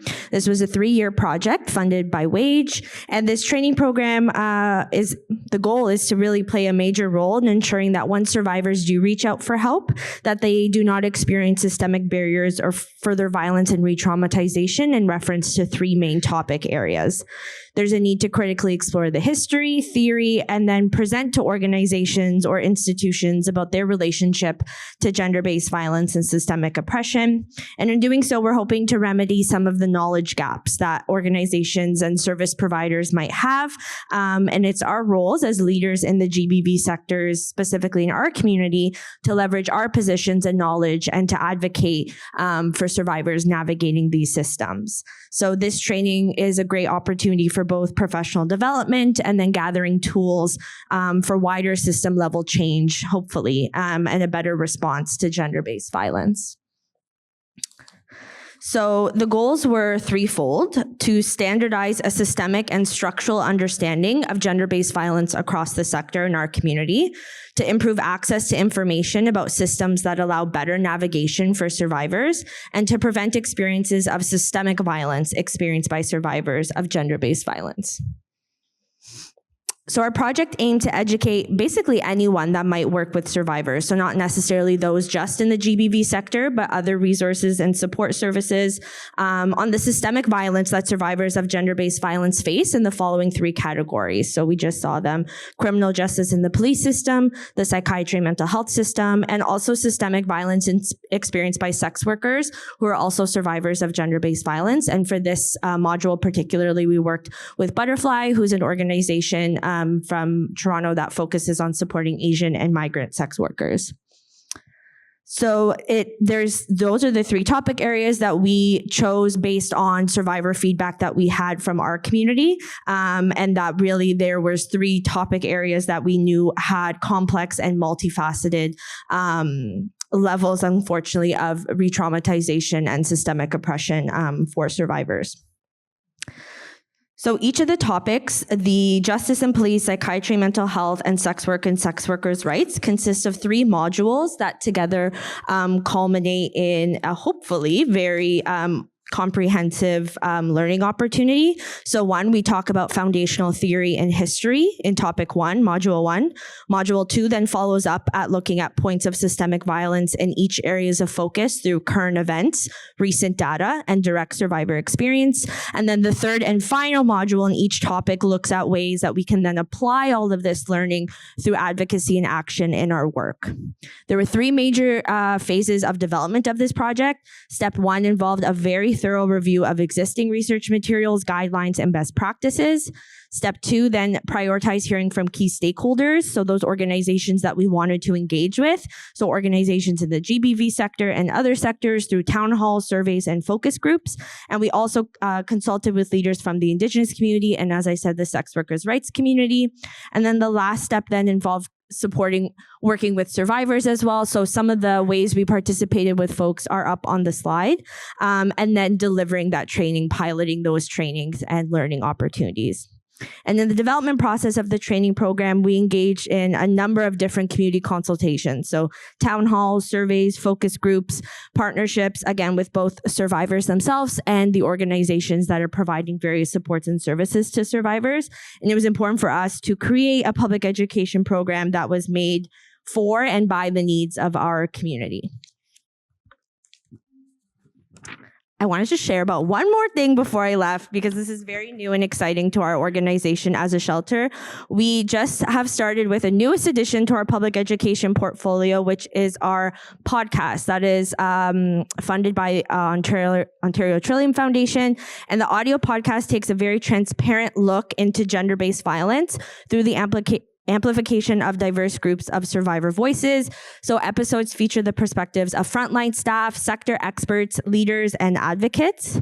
We understand, based on conversations with our clients in shelter, that gender-based violence is incredibly isolating, and this podcast aims to create a survivor-focused space to empower them with the knowledge and critical resources they need to obtain safety, justice, and agency. Just a few of the topics we do. Episode 2 does a full audio tour of the shelter, trying to demystify and so much stigma pertaining and fear into coming to shelter. So episode 2 is just walking you through what an intake process would look like, what our space looks like.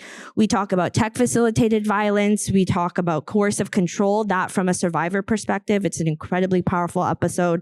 Harm reduction in gender-based violence spaces. We have human trafficking episode, a few male allyship episodes. We talk about toxic masculinity. We have an upcoming episode with a police officer in the IPV unit. We have direct survivor experiences. So really, we are trying to focus on all of the things and have conversations, but particularly with survivor listeners in mind. So I really encourage you, if you haven't already, it's Brave Voices wherever you get podcasts. And truly, it's hearing from survivors in the shelter. It's so powerful. And I'm sure lots of learning for all of us. So I really appreciate it. And thank you so much. That's exciting. Thank you, Rebecca. Thank you. All right. I'd like to welcome our next presenters. We have Catherine Plouffe and Danielle Jocelyn Otu presenting Who Cares? Reimagining Mental Health Support for Girls and Gender Diverse Youth Through an Anti-Racist and Anti-Oppressive Lens.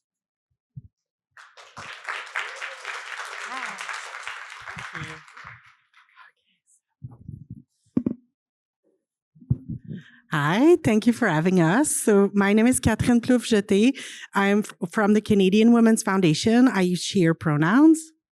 My name is Danielle Jocelyn Otu. I am the co-founder of New Room, and we got brought in by the Canadian Women's Foundation to design this course.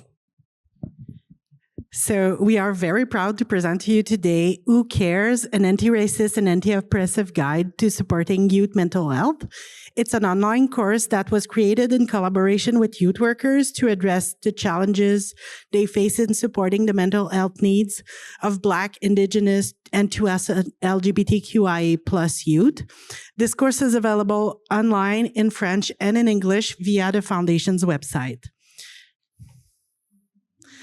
So this is a project by the Canadian Women's Foundation funded by Tree of Life. Taylor Newberry Consulting did the research phase, and the online course was designed by New Room and by Pure and Applied. So let me tell you a little bit more about the project. We got funding to create a tool that would be useful for our Girls Fund grantees, and I'm happy to see a couple of Girls Fund grantees in the room right now. So for 20 years now, the Girls Fund have supported programs for girls and non-binary youth age 9 to 13. They help participants to develop their self-esteem, learn about themselves, and gain new skills in a safe space. So the grantees are meeting monthly in a community of practice.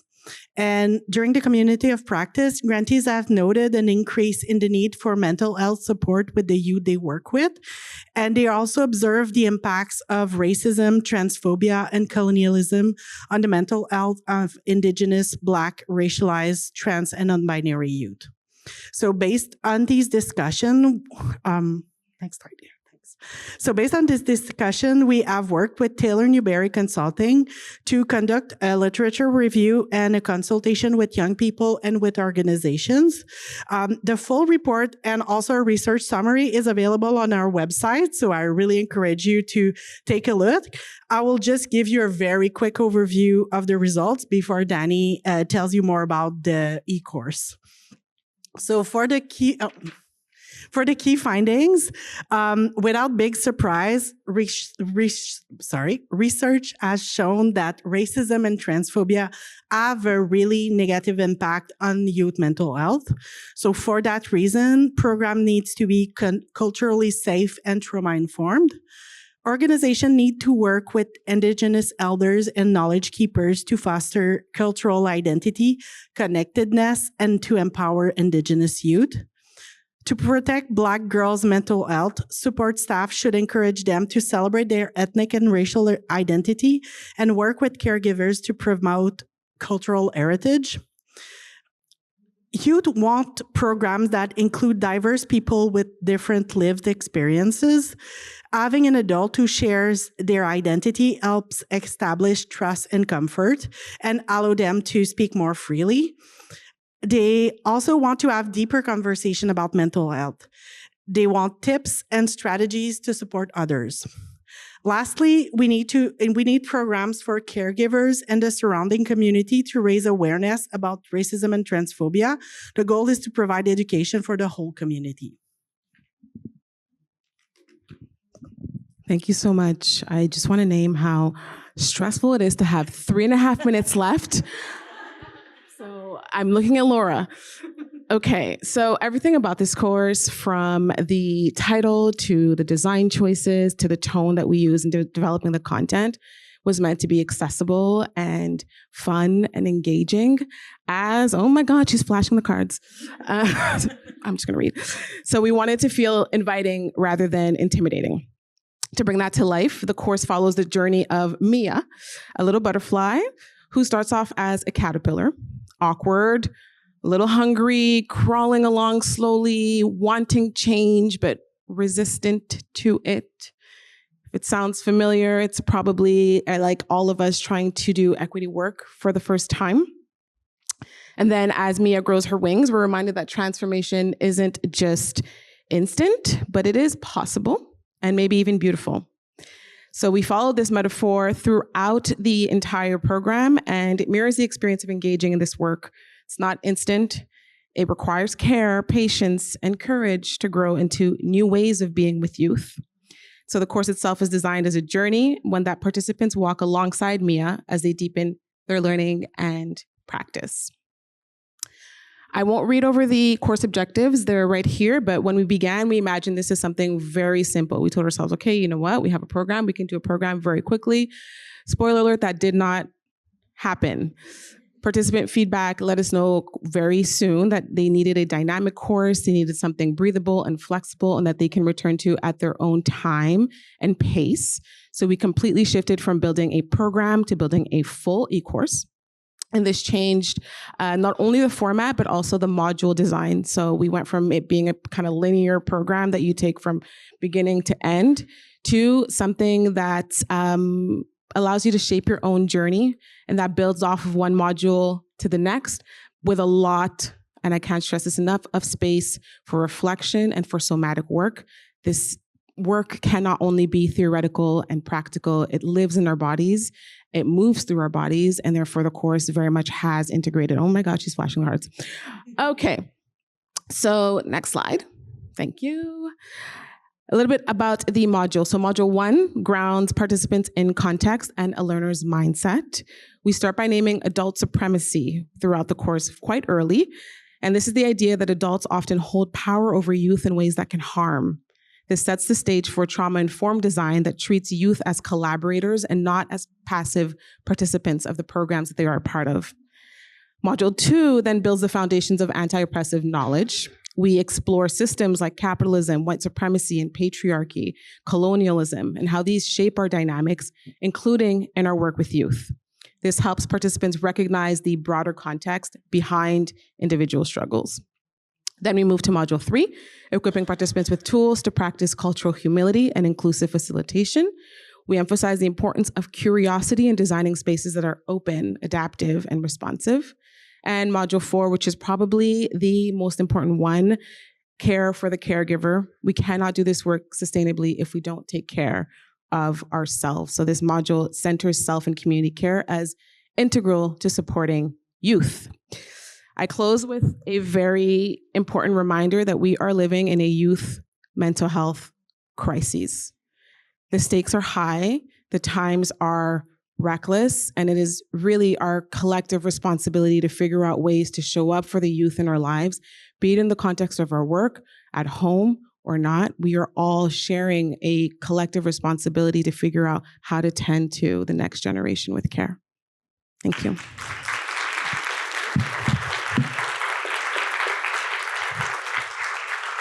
Thank you, Catherine and Danielle.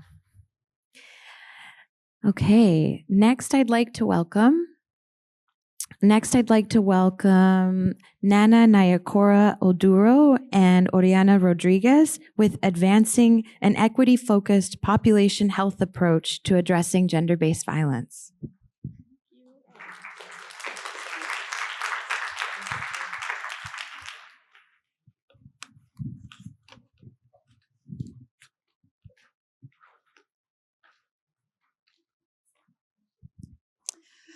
Okay, good afternoon, everyone. So my name is Nana Nyorkoma Oduro.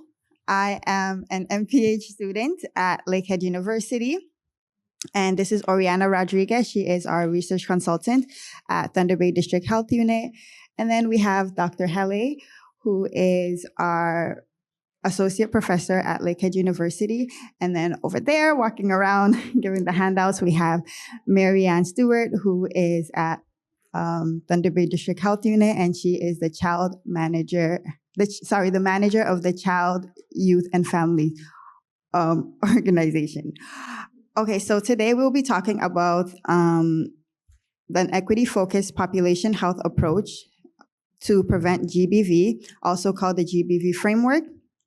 So before I start, I just want to acknowledge that this conference, as well as all the presentations today and yesterday, have really inspired our work, and we just wanted to acknowledge how beautiful everybody's work is. So next slide, please. So we just wanted to acknowledge that Public Health Ontario, PHO, funded this work, and this was through the locally driven collaborative projects, also known as the LDCP program. And LDCPs bring together public health units along with academics and community partners to collaboratively design and implement applied research and program evaluation projects on important public health issues on shared interest. Next slide, please. So the aim of this project was twofold. So first, to fill a gap between increasing calls from outside of public health for a public health approach to GBV prevention and the availability of tools to inform public health actions on this topic. And then second, we aim to provide actionable information to individuals and organizations outside of public health to support efforts to apply public health approach to preventing GBV. And to build upon existing efforts to address gender-based violence in a Canadian context, as well as the initial steps towards defining and supporting the increased involvement of local public health agencies in the GBV prevention. Next slide, please. So the GBV framework was developed through a Delphi process, and that consists of local public health agencies and local public health professionals to apply their expertise on understanding, connecting population health approach, which we would love to emphasize that, as well as the Delphi method is a form of expert opinion research, which is frequently used in health sciences to reach consensus on emergent health issues and to inform clinical guidelines. And so it informs clinical guidelines with evidence-based research. And this was done through iterative rounds of research. And we would also like to acknowledge that the project was supported by public health professionals from LPHAs across Ontario, a group of knowledge users, PHO, and external partners, as well as expertise from all across the province. And they really impacted us and really supported us with our validation survey. So now I would pass it over to Oriana to give us a brief overview of our framework. Thank you, Nana.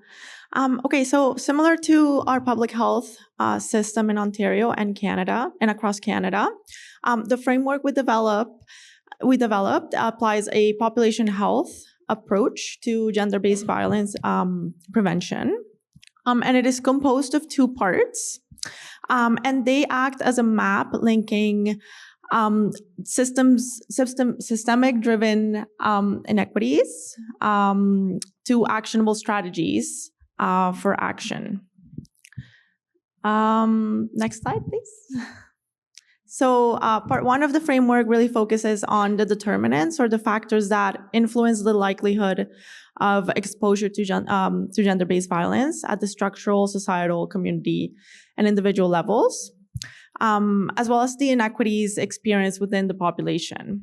So it specifically illustrates the determinants of health that shape how likely people are to be exposed to gender-based violence, how they recover after exposure, and the processes or the pathways that create inequities within population groups. Next, right? For the part two of the framework, highlights opportunities to improve population health by preventing gender-based violence exposure and outcomes, while also advancing health equity. So 3 sets of actions are described, including first, the population level actions, so before violence has happened, which addresses the root causes or the determinants of exposure. And this targets the structural levels, living conditions and environments, and some individual level factors. Second, the person level actions. So this is after violence has happened, which includes response and recovery interventions. And lastly, community and system planning level, which encompasses the entry points of inequities and addresses the differentials in exposure within the population.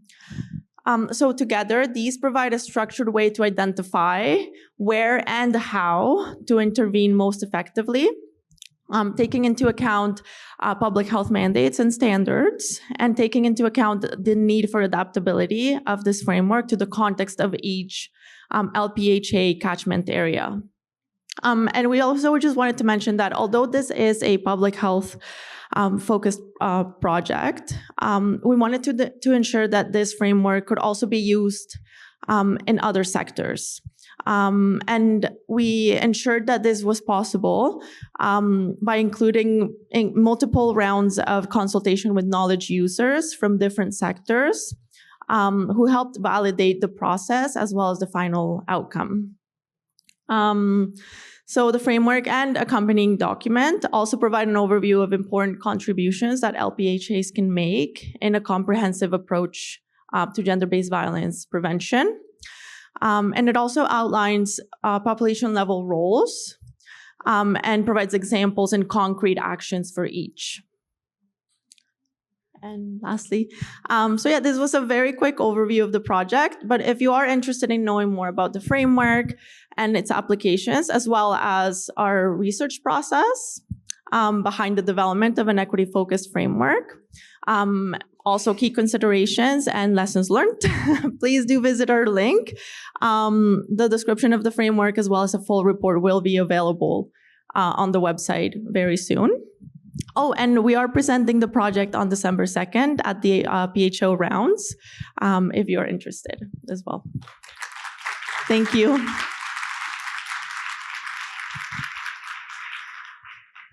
Thank you very much. Okay. Okay, next up, I'm going to welcome Taylor Gores with the topic, Creating a Sexual Assault Response Team in Rural Manitoba.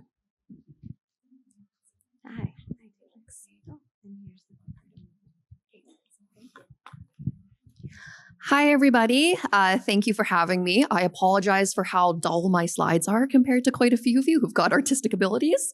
I am a clinical social worker from Manitoba, and I'm here to present to you our shelter's take on what creating a sexual assault response team can look like, and hopefully to invigorate you guys within the room to maybe think about creating something like this yourselves. So just to give a little bit of context of Manitoba, we actually were the very first province in Canada to lead a provincial strategy on sexual exploitation and trafficking. We laid it out back in 2002 in honor of Tracia Owens, who was an exploited child who later passed away from suicide. The whole goal behind our prevention and our strategy is to really start to look at ways that we can provide education, prevention, and meaningful intervention that is client-centered and driven. We met as a collective whole at the very beginning this year in Manitoba throughout 3 sectors to talk about what do we want this new strategy to look like and how can we revamp it to be better for the people that we are ultimately serving. So after I left that conference in really southern rural Manitoba, I felt a little bit like, holy smokes, there's a lot of gaps within our systems, particularly in rural and remote areas. So to give you just a catchment area of where we are serving, We are the southern bottom half of Manitoba, that red little catchment area. It's about 16,000 kilometers squared. We cover 13 municipalities, a bunch of cities and towns, and 2 First Nation reservations. For those of you who have not been to Manitoba before, it is flat and you can drive very straight. It will take you about 2 hours to get from one edge to the other edge. So what we did originally was we started to look around at what services are available right now for survivors of sexual assault, sexual exploitation, and trafficking, because we know that we're doing a lot of really great work, but we're doing it in silos. So we got together as many stakeholders and professionals within our southern half of the province to say, hey, what's going on? What are the challenges, the trends, and the barriers that we're seeing? What we were also able to do is say, wow, look at the great work that's already being done in Manitoba, and how can we continue to build on that? I'll slip back. Behind our purpose is what we're doing is we then invited all of our stakeholders, our CMP, police that are local, Manitoba First Nations officers, victim services, CFS workers, anybody already doing the work to come have a meeting with us. And it was led by survivors with lived expertise on what do we need for our communities. So we needed a set of guiding principles to really make sure that we were all doing the same work. So one of our guiding principles is that all children and youth who've been sexually exploited are victims of child abuse. That's in accordance with the CFS Act for Manitoba. If a child and youth were to come in contact with sexual exploitation, all needs need to be had to divert them from our justice systems, because we understand that's a barrier later. Perpetrators of abuse need to be recognized and held accountable. In society, we have an awful narrative where we are consistently questioning survivors but not holding perpetrators accountable. We put an emphasis on really early intervention and prevention strategies that are actually tangible and usable for clients, culturally appropriate, client-centered, and also just accessible. Being in rural Manitoba, we are very spread out, so we wanted to make sure that we could streamline our approach. Some of the things that we do consider with our work is the sexual violence dynamics. Everybody in this room, I'm assuming, probably knows that. As someone's vulnerability and accessibility increases, their chances in society with having lower credibility increases their risk for sexual exploitation. I'd encourage you to think about children in that context. Children have an incredibly high vulnerability and high accessibility, and they don't have a ton of credibility within our society. That makes them at a higher risk for sexual exploitation later. I'm not going to have enough time, so I'm going to pop through that stuff. So what did we actually do with a lot of our work? We got together as a collaborative whole to say, what are the barriers? The biggest barrier for that 16,000 kilometer catchment square, we have 2 nurses and doctors trained to do sexual assault nurse examination kits. So our survivors were telling us that they were not getting kits done, they were being turned away from rural settings, and they were being told to go to urban spaces. So the first thing we did was we collected that evidence, we brought it to the city and said, hey, we need some trainers in rural Manitoba. So starting next week, we should have our first set of nurses and doctors that will be completely trained in being able to do these kits within our community. Yeah. We also then started hearing that if you do not report your sexual assault to police, you don't get victim service compensation, which means you don't get access to counseling free of charge. Massive, massive barrier. So we bridged that gap by talking with local counselors within our community. Would you consider a sliding fee scale for us? Would you consider providing these services pro bono?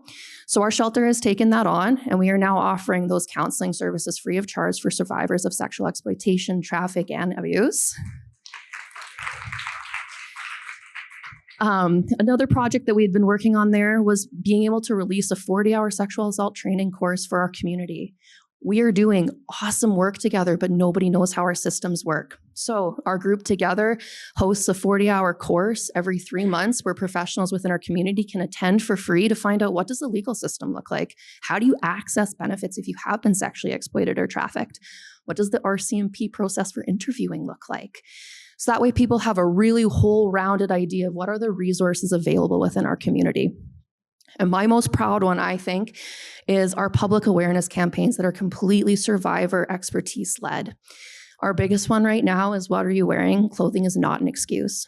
We had our survivors replicate what their outfits were when they were sexually abused. And we put them on mannequins within our community to really destigmatize, what does sexual abuse look like? It's not the tiny black dresses. It's not the dark alleys, right? We statistically know it's someone that you know, and it's everyday plain clothing. So we've been able to create a big atmosphere where people came to our community to say, hey, that happened to me before, and I had no idea these resources existed. So then we were able to bridge more gaps within our community. So if I can leave you with anything is dream big. We are doing phenomenal work individually, but the work that we can do streamlining it and removing the silos that we're all currently working out of is unbelievable together. Thanks.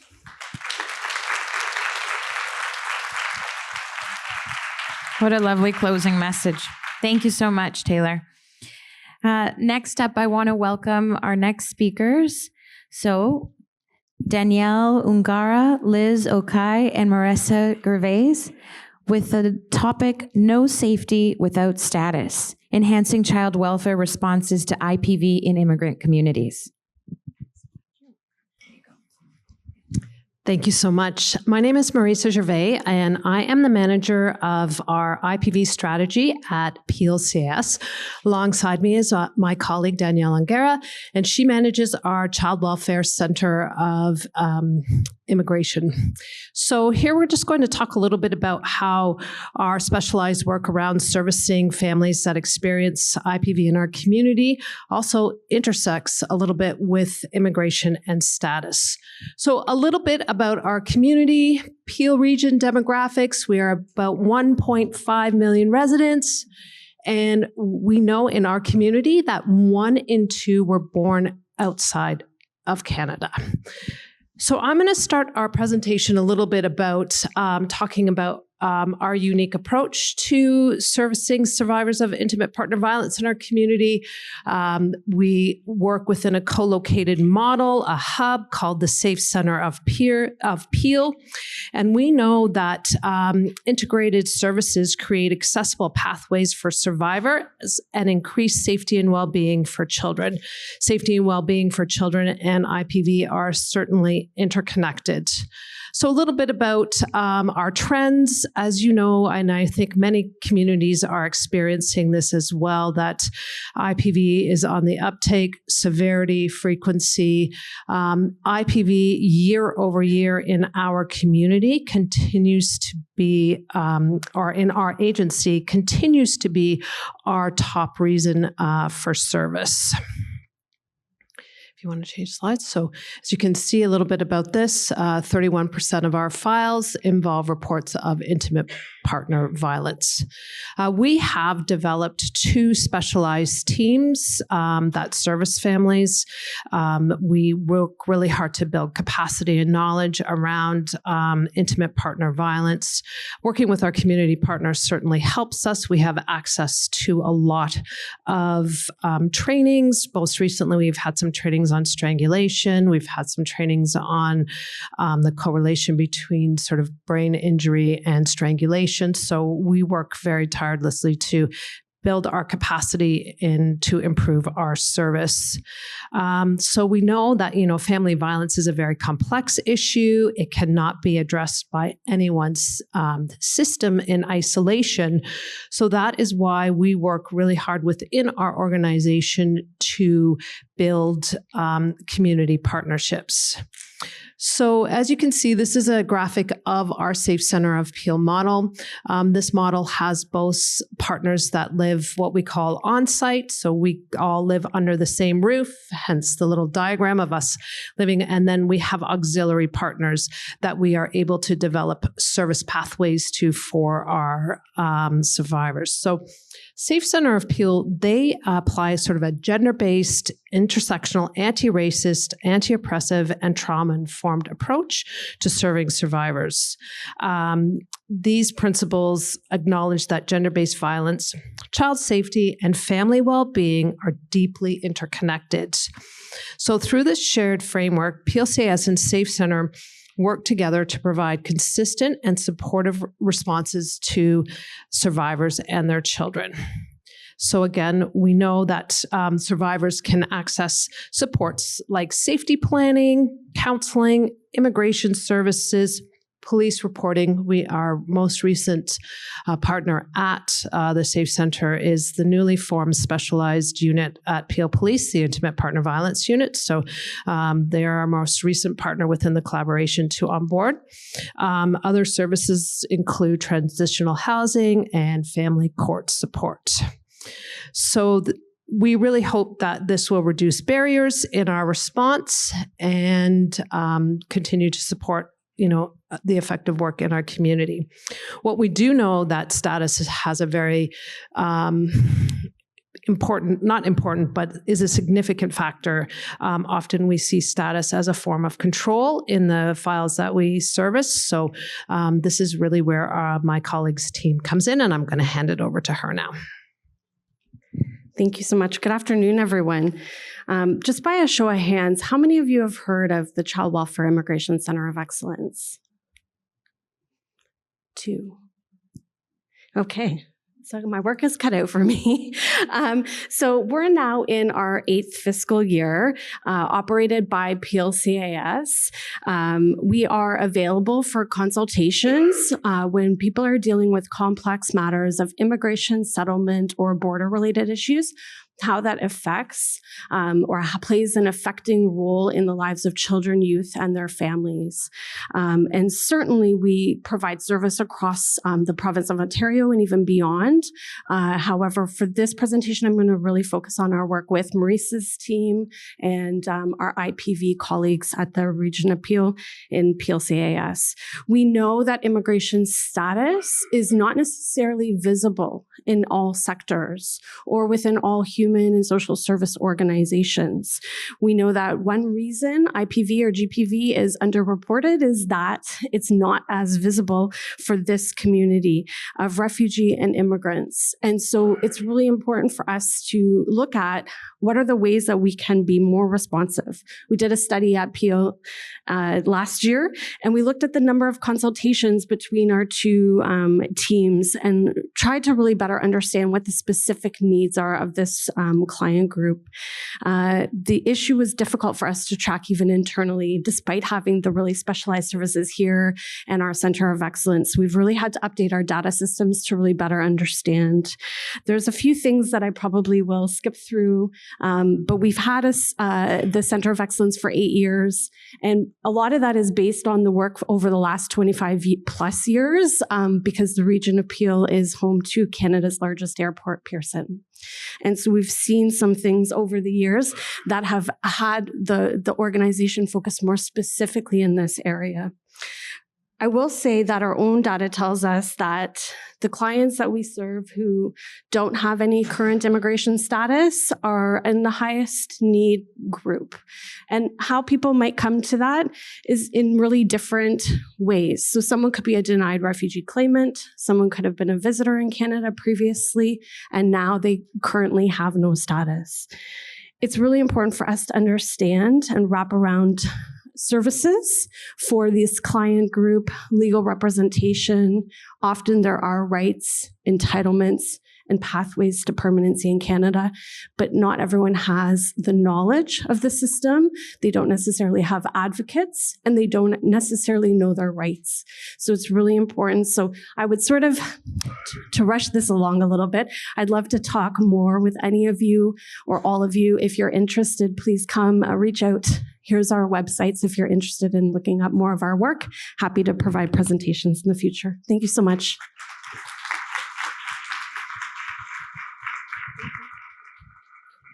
Thank you very much. All right, moving along here, I'm going to welcome our next presenters. Just get it over here. I'm going to welcome Angela Hovey and Marlene Ham for the topic, Reducing Barriers and Strengthening Support for Survivors of Gender-Based Violence Who Use Substances.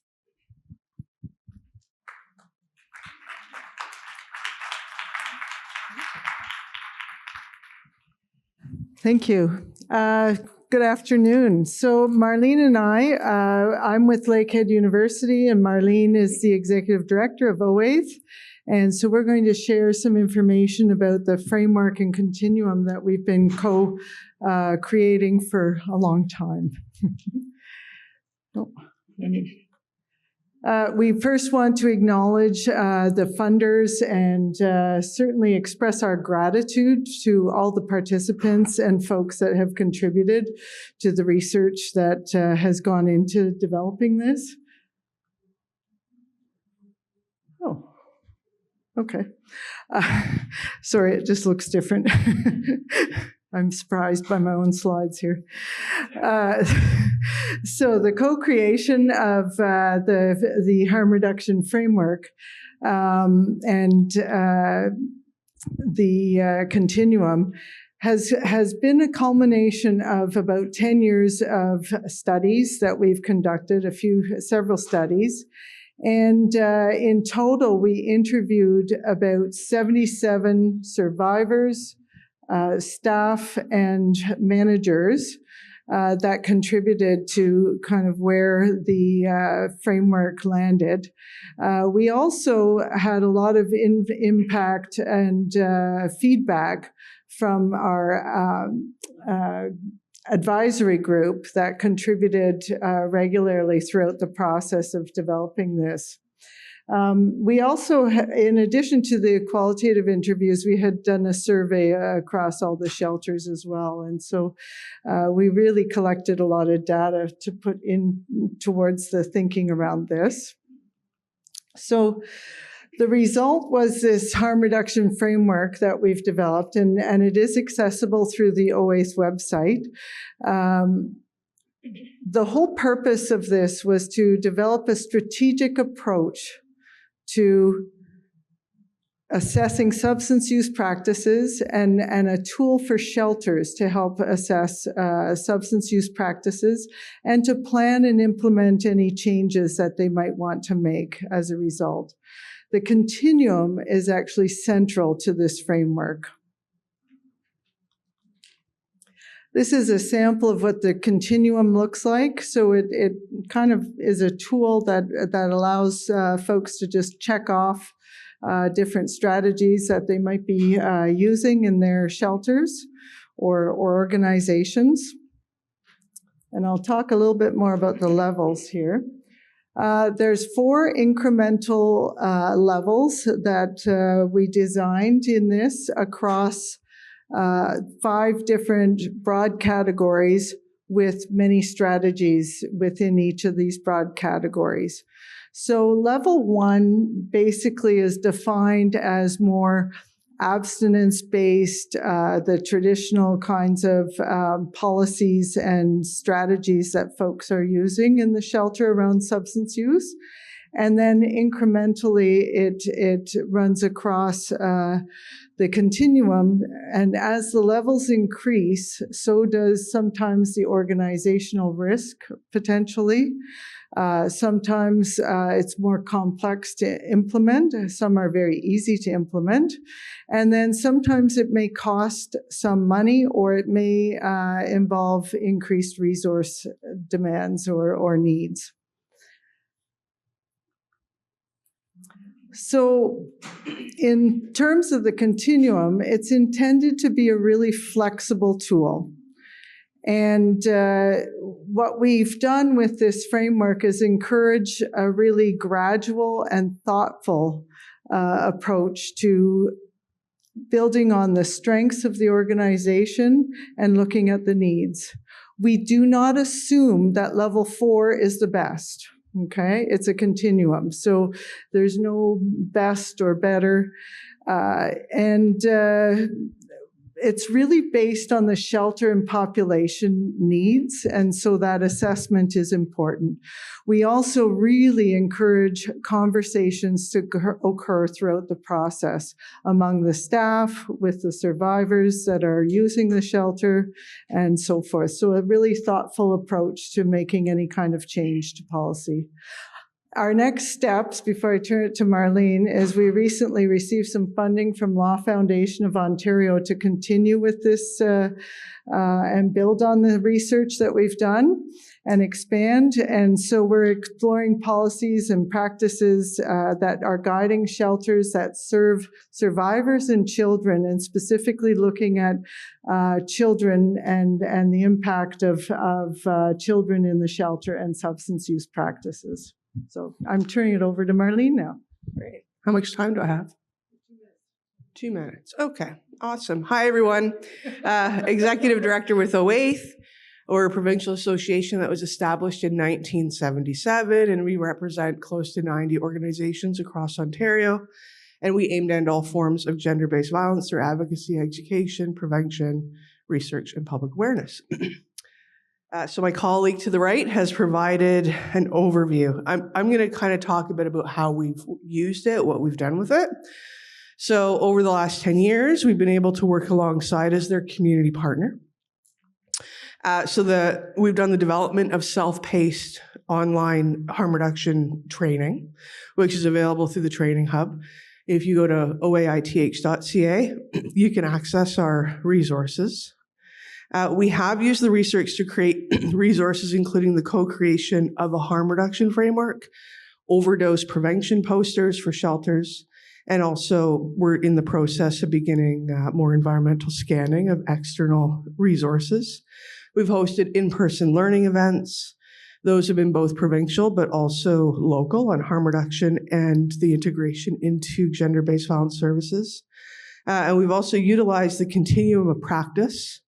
Our policy and research coordinator, who is here, Lauren, has done a needs assessment using the continuum, and that allowed us to plot where most shelters are who had participated in that needs assessment. So most of them we know who had participated were at a level 3, and from there, we have been invited as reviewers and contributors to other harm reduction resources on various policy issues. So as a community partner, we continue to help inform the research, participate in the development and dissemination, and really leverage the findings into different knowledge products, resources, and tools to assist shelters, really in removing barriers for survivors of gender-based violence who use substances. Thank you very much. Thank you. Thank you, Angela and Marlene. All right. All right, so I'm going to move on and invite our next speakers, CJ Chasson, Madison Hammond, and Anna Morgan, supporting GBV survivors with complex harm reduction and mental health needs, the Community Crisis Outreach Response, CCOR models viability. Actually, it's just Madison and myself today. Gamar Khatima Tova to anyone who's observing Yom Kippur today.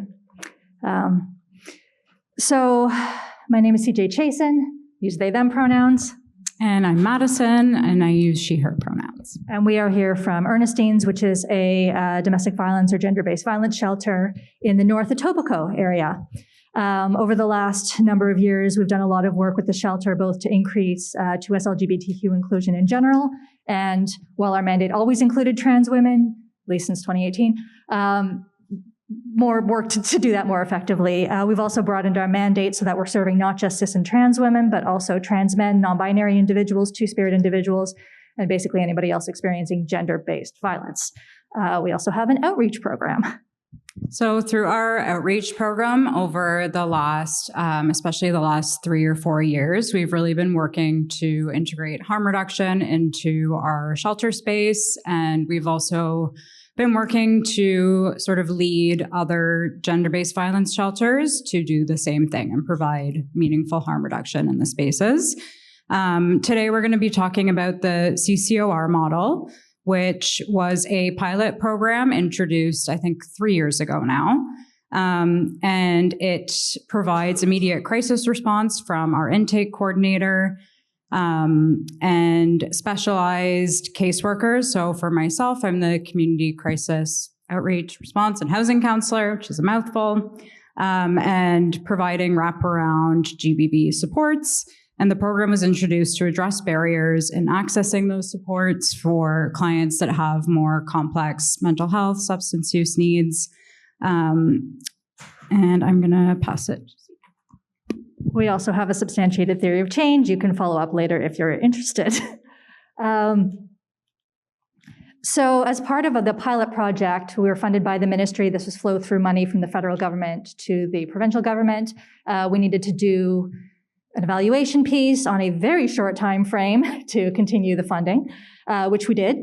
And so based on a survey that we did in terms of the demographics, the majority of clients were experiencing homelessness while accessing the services and had dependent children. A very large portion were Black, as are two of our counselors, caseworkers. 12% identified as 2S LGBTQ+ under that umbrella. A large proportion identified as having disabilities. In terms of formal education, a much higher proportion had not completed high school than the broader community. And the majority were living off of very low income. Almost all struggled to meet their basic needs. And almost everyone struggled with some activities of daily life. In terms of right off the bat, we had the community crisis outreach stream clients as opposed to the standard transitional housing stream clients. We saw some differences with the CCO clients being much more likely to identify as 2S LGBTQ under that umbrella and also to disclose a disability. There we go. In terms of the self-reported effectiveness, people actually reported very positive responses overall to the program.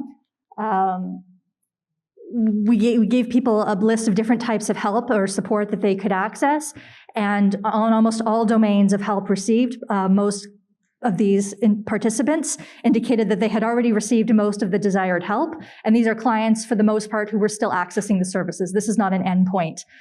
With many having plans to continue to access these other forms of support.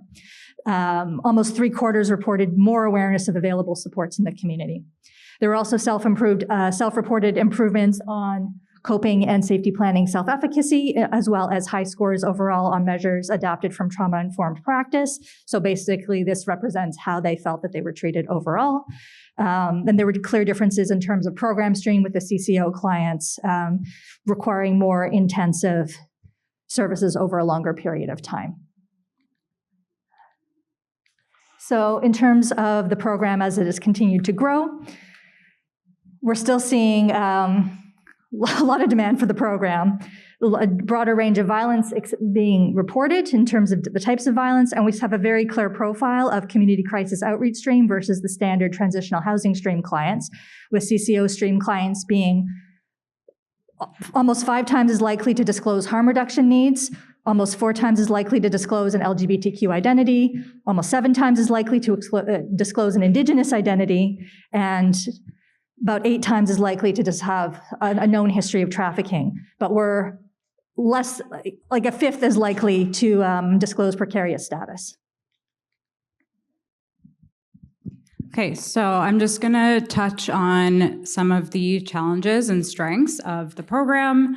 So some of the ongoing challenges that we've seen have been a lack of shelter space, which is, I'm sure everybody here is well aware of, and also very high caseloads. So for the clients that I'm working with in particular, the high caseload is, I think, in large part due to the fact that people are requiring more intense levels of support for longer periods of time. And there's not a lot of low barrier and accessible mental health and harm reduction supports that are available. So the cycle through of clients is not happening, and people are just still requiring that same level of support. Housing and especially special priority applications tend to be more difficult for people that have more complex needs.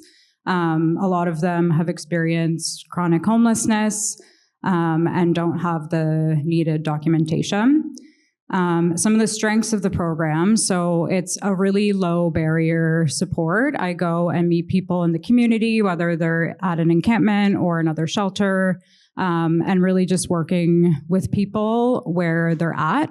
And overall, for clients that have more acute and complex needs, they're needing more time and support to make progress, but they really are. Like, these people are moving along in their case plans, and we really celebrate the small wins and the big wins, because those are happening as well.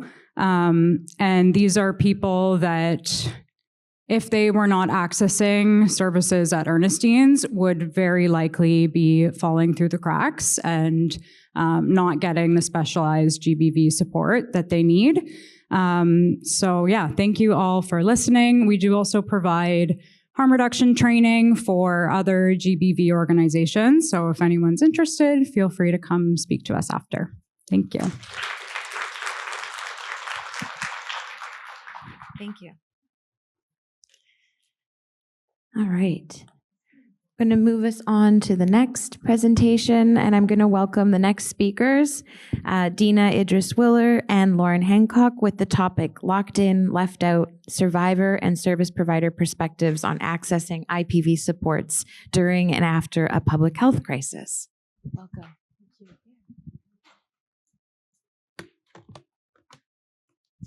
Thank you, everyone. Good afternoon. My name is Dina Idris-Willer. I'm a PhD candidate at the University of Ottawa's Population Health Program, and I'm here with my colleague, Lauren Hancock, who is a policy and education coordinator, research coordinator at the Ontario Association of Interval and Transition Houses. And of course, Marlene Ham was on this project as well, who's the executive director. And I'd like to also mention my supervisor, Ziad Al-Khatib, who is at the Karolinska Institute in Sweden, and thank Shirk for some funding we got for the project.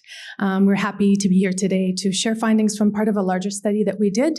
And today's talk will be more on the service provider and survivor perspectives on accessing IPV supports during COVID-19 lockdowns.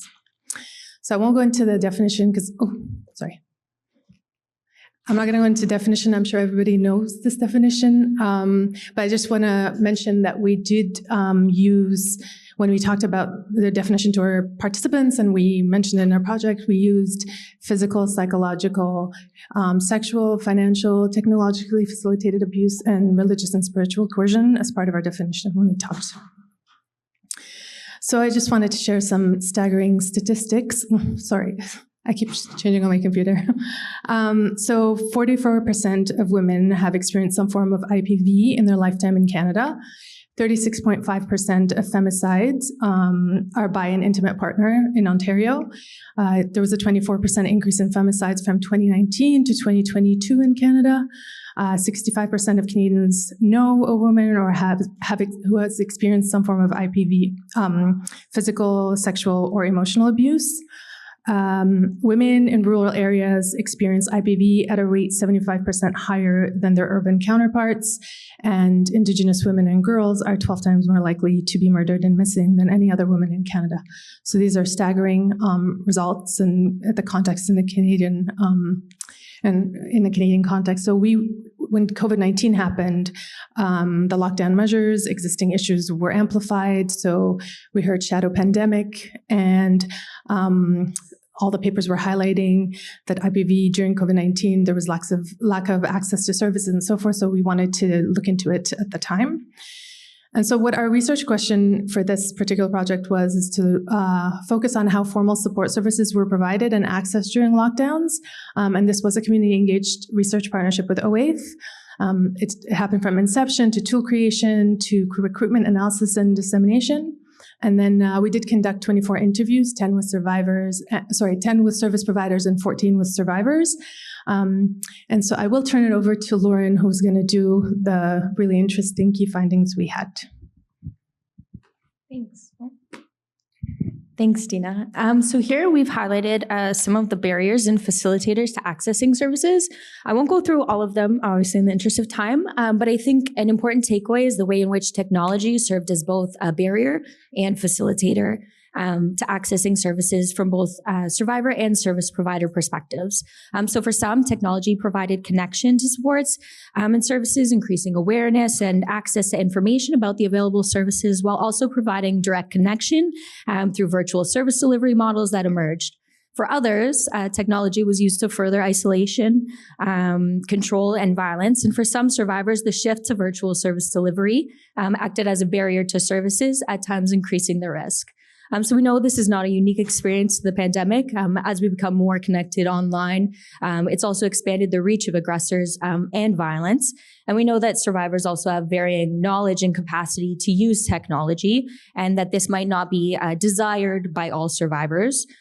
So in the context of service delivery and emergency preparedness, these findings really reiterate the need to be intentional and flexible in how we use technology in the context of supporting survivors. So I'm just going to briefly review 4 key findings that emerged through this research. So the first finding we wanted to highlight was that lockdowns became tools for perpetrators. So as we know, isolation and control are prominent factors within IPV and often are tools for eroding existing social and support networks. So survivors and service providers described how the mandated isolation and lockdowns and public health measures at times closely resembled experiences of violence. So service providers shared how the level of control associated with these mandates created complexities in their work.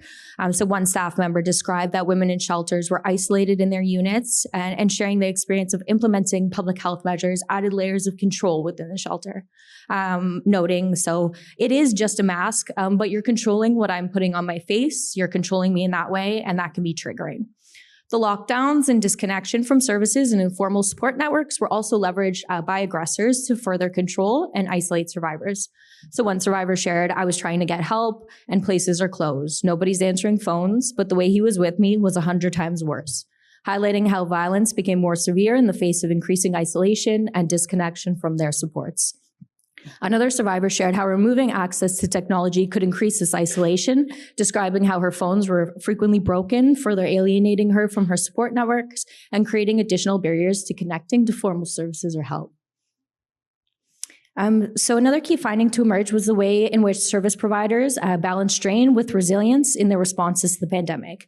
So constantly faced with changing public health mandates, disruption to how they could provide services, and their own personal fear and isolation that resulted from the pandemic and the ensuing health measures. So this created challenges for service delivery, impacting their ability to connect, build rapport, and the relational care that's necessary within this type of work. So despite this, service providers found creative strategies to meet survivor needs, ensuring their services could remain open when so many others were shut down.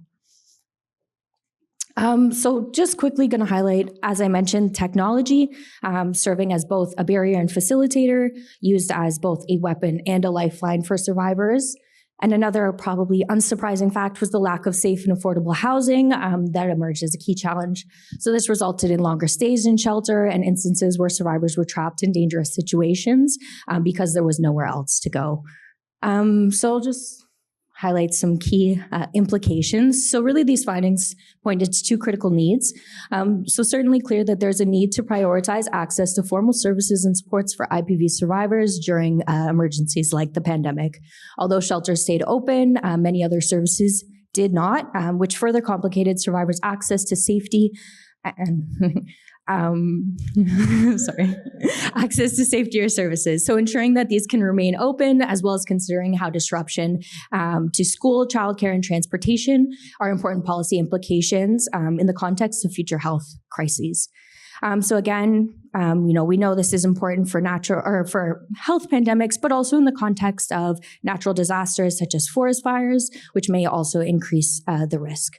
So the main implication that I really wanted to highlight is the importance of working to balance public health outcomes with survivor safety outcomes as it relates to their experiences of IPV, and they need to center the perspectives of voices of survivors within public health policies, emergency preparedness, and responses to public health crises and other natural disasters. Thank you.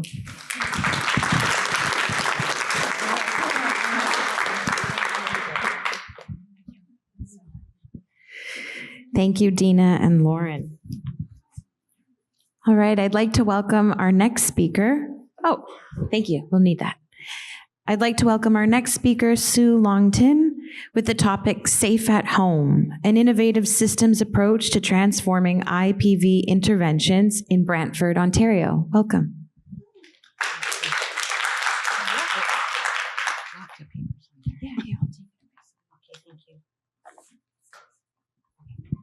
Good afternoon. My name is Sue Longton, and I work at Nova Vita Domestic Violence Prevention Services in Brantford, and currently I am the coordinator for the Safe at Home project. Safe at Home project, does that sound really loud or just me? Okay. Safe at Home project is funded by Women and Gender Equality Canada and is and I am pleased to stand before you today to share the program development process so far. So the Safe at Home model of intimate partner violence interventions was pioneered in Australia and has been replicated in communities such as Clare's Home, Alberta, and Hamilton, Ontario. This model of intervention looks to create an alternative to traditional responses to IPV, which focus on the removal of survivors and their children from their homes, effectively unhousing, destabilizing, and disempowering them. Safe at Home program goals include preventing homelessness, enhancing safety and security, offering tailored support, ensuring economic stability, and collaborating with existing services. While the Safe at Home Brantford has adopted many of these program goals, our approach stands apart in that we are moving beyond siloed systems by working collaboratively with both victims, survivors, and aggressors. Our model wraps comprehensive support around persons causing harm and persons experiencing harm, creating a holistic pathway towards healing, accountability, and safety. Together with our community partners, we're building a framework where people who cause harm can leave the home to engage in accountability work, receive therapeutic support, and develop safety plans. People experiencing harm and their children can remain in the home, surrounded by tailored healing and safety supports. This approach prioritizes the mental well-being of children by minimizing disruption, allowing them to stay in familiar environments, maintaining school routines, and preserve social connections while the adults navigate next steps. The Safe at Home project began with a steering committee hosting a community think tank, bringing together 29 people representing 17 cross-sectorial agencies, a powerful mix of voices and expertise, to identify the strengths of our community and gaps in IPV responses. We began to identify members for our advisory committee, which today has 34 members representing 26 cross-sectorial agencies. Pictured here is the graphic designer minutes of that day. Data collected at the think tank and in subsequent meetings with community stakeholders was used to begin mapping out several components of the Safe at Home Brantford model, beginning with the pillars: integrative response, survivor-centered supports, survivor economic security, housing stability, supports for children, maximizing safety, interventions for people who cause harm. This map was created to demonstrate the intersections between each pillar and allows us to see which services wrap around the three service users group: survivors, aggressors, and children. We then set out to define the services that correspond with each pillar. So this is our housing one, and it includes services that provide the following: emergency, interval, and transitional housing, housing supports and resources, referrals to local housing providers, rent banks, tenant supports, advocacy with tenant services, advocacy with private real estate, support with property settlement, debt resolution, and we have designed the services that correspond with each of our pillars, like that.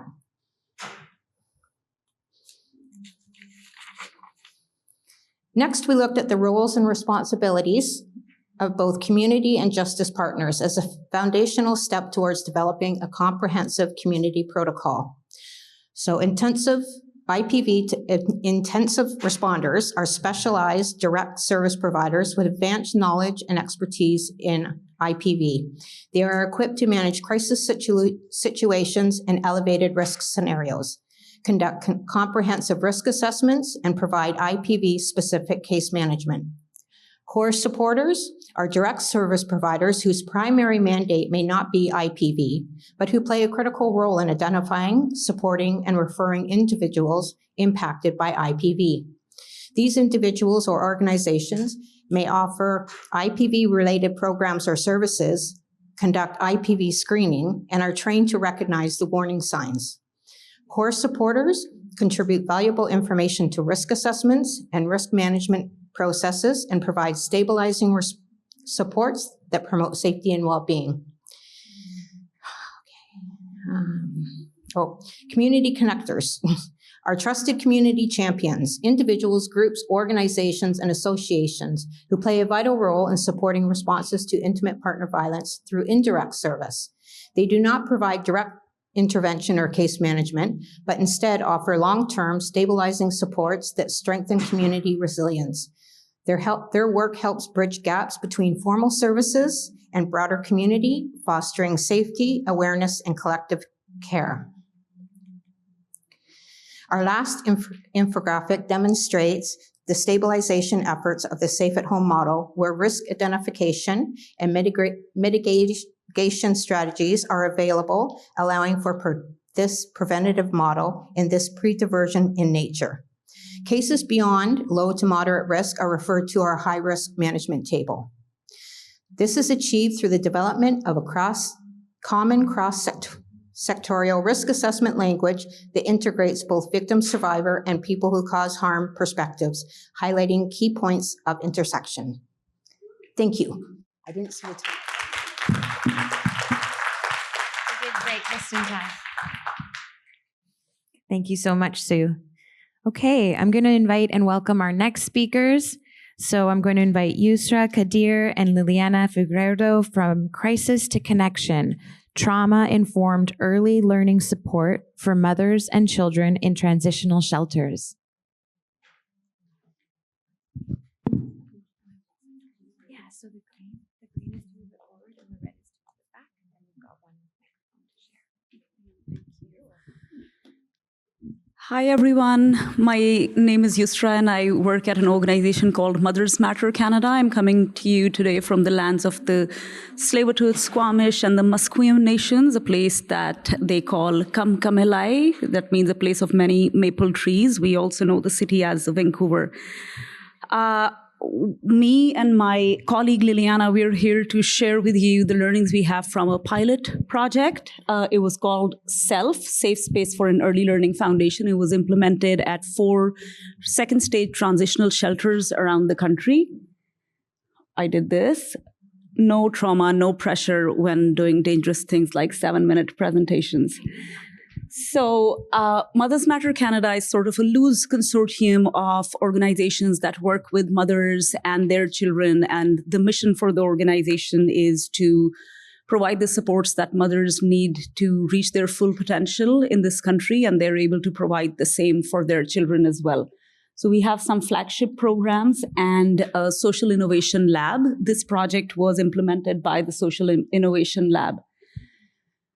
Our organization supports various organizations around the country who are predominantly funded by the Immigration, Refugees, and Citizenship Canada to implement the HIPPY and SMART programs. I don't know if you've ever heard about those programs. They are in-home visitation-based programs that provide mothers a weekly home visit of 1 hour, providing crucial parenting support, an ear, a shoulder, connections to existing services, and tools and resources to engage their children on early learning curriculum so that the child, when they enter school, they enter it meeting the expectations of the public education system. And that is our take on breaking the generational cycle of poverty and isolation. Mothers usually do not have the luxury of time to engage and commit to programs like this, but they do that. They create that space because they want their child to have the best possible chance at life.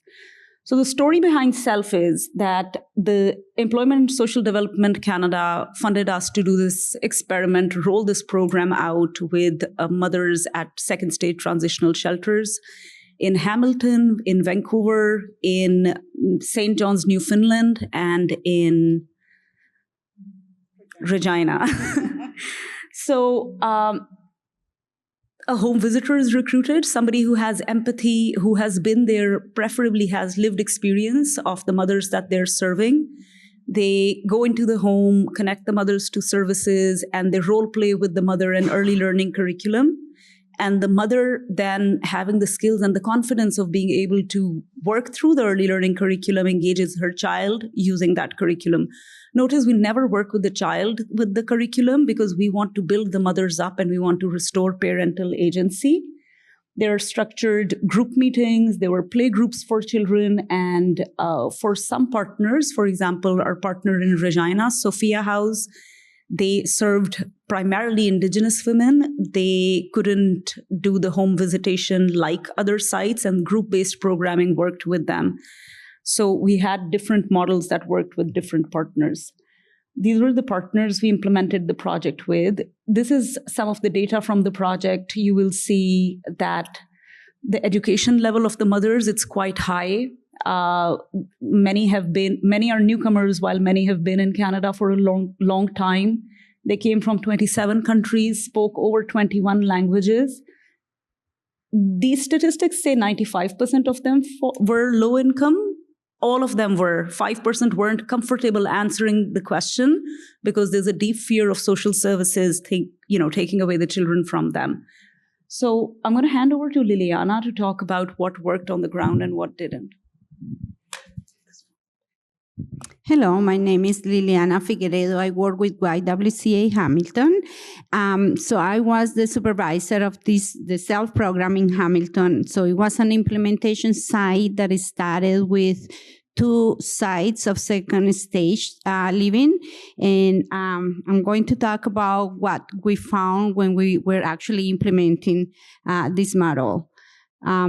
Beautiful city of Hamilton there. I'm not going to talk about the numbers much because they reflect what the overall sites were reflecting. So poverty, high education. We didn't have the criteria for immigration status because we weren't funded by IRCC. So we have the luxury of allowing Canadian-born mothers to be in the program.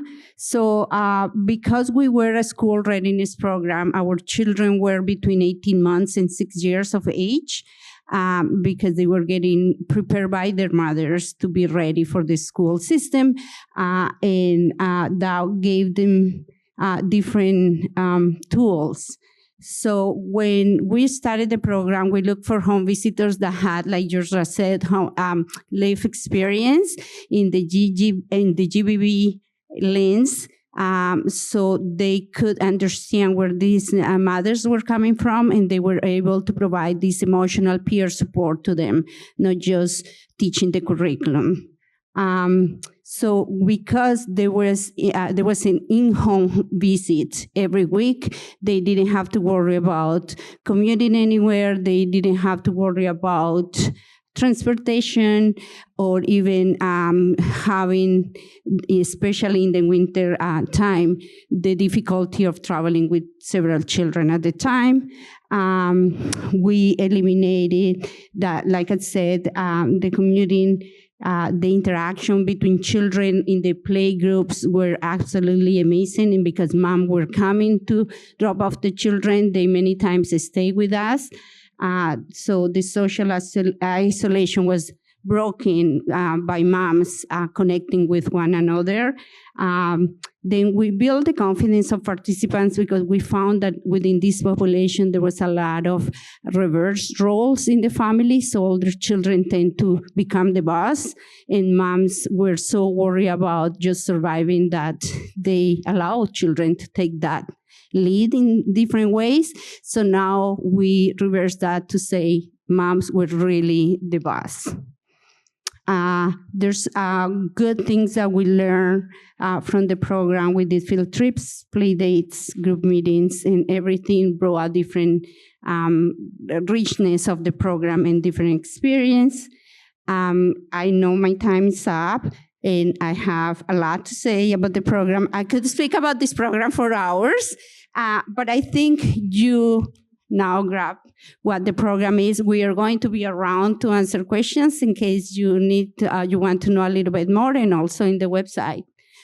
There's a lot of information. Thank you very much.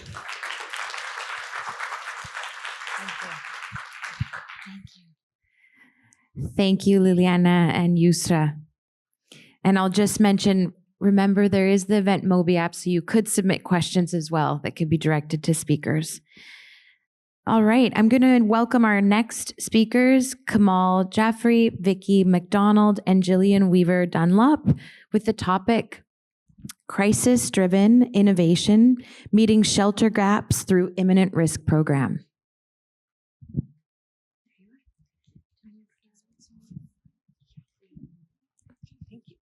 Hi everyone. I'm Komal Jaffrey. I'm the Director of Research and Evaluation at Fears Not Love. Hi, I'm Jill Weaver Dunlop, and I'm Chief Programs and Impact Officer at Fears Not Love. So Fears Not Love opened in Calgary as a women's shelter in 1974. We were formerly the Calgary Women's Emergency Shelter. Our services have grown to include a 50-bed emergency shelter, a 24-hour crisis line, outreach counseling services for victims of abuse, court support, child, youth, and family counseling, as well as counseling for men who are concerned about their abusive behavior. We also partner with Men, which is an online digital resource for men searching for help in areas related to emotional and relational wellness. Today, we will provide a brief overview of one of our newer initiatives, which is the Imminent Risk Project. This was established to support callers at high risk who are in need of immediate shelter space. To understand why this initiative is necessary, it is important to understand the context in Calgary. Calgary is now home to more than 1.36 million people, and last year alone, the population grew by 6%, the fastest growth among major Canadian cities. At the same time, there are very limited emergency shelters for domestic violence. The availability of beds for single women specifically fleeing domestic violence is extremely limited, fewer than 10 beds citywide. As a result, shelters like ours operate at or near capacity almost all year. Last year, our shelter was full nearly half the year. This consistent strain on the system was a key factor behind the decision to launch the Imminent Risk Initiative. The initiative itself began in December 2023 in response to the gap in our community for individuals at risk of imminent harm that could not be accommodated in regular shelter stream. It is designed to provide short-term 1 to 7 days crisis-oriented support and safe accommodation during a time of crisis. The program has helped many single women and has accommodated families that required immediate shelter when there has been no vacancy available in the Calgary and area domestic violence shelter system. The individuals we served have typically experienced very recent and severe abuse. To be eligible, the violence must have taken place within the last 72 hours, though in most cases, clients are reaching out after incidents that occurred in the past 24 hours. Their safety is at serious risk, and nearly all are assessed as being in the severe or extreme range of danger for physical harm or even homicide. Our response focuses on immediate safety. We provide secure accommodation through our hotel partners and pair this with outreach support. From the moment clients enter the program, we assist with safety planning and connect them to essential resources and begin working toward longer-term housing options. Partnerships are central to this program's success. We currently have 2 strong hotel partners who not only provide the reduced cost accommodations, but also work closely with us to welcome and support clients.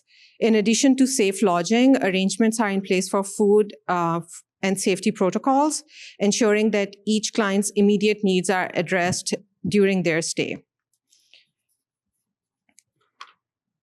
Since launching this initiative, we have been able to formally evaluate and monitor something that until recently was largely invisible. While we have always accommodated women in emergency situations, this initiative has allowed us to systematically track the need, the frequency, the volume, and the intensity of these cases in a way we couldn't before.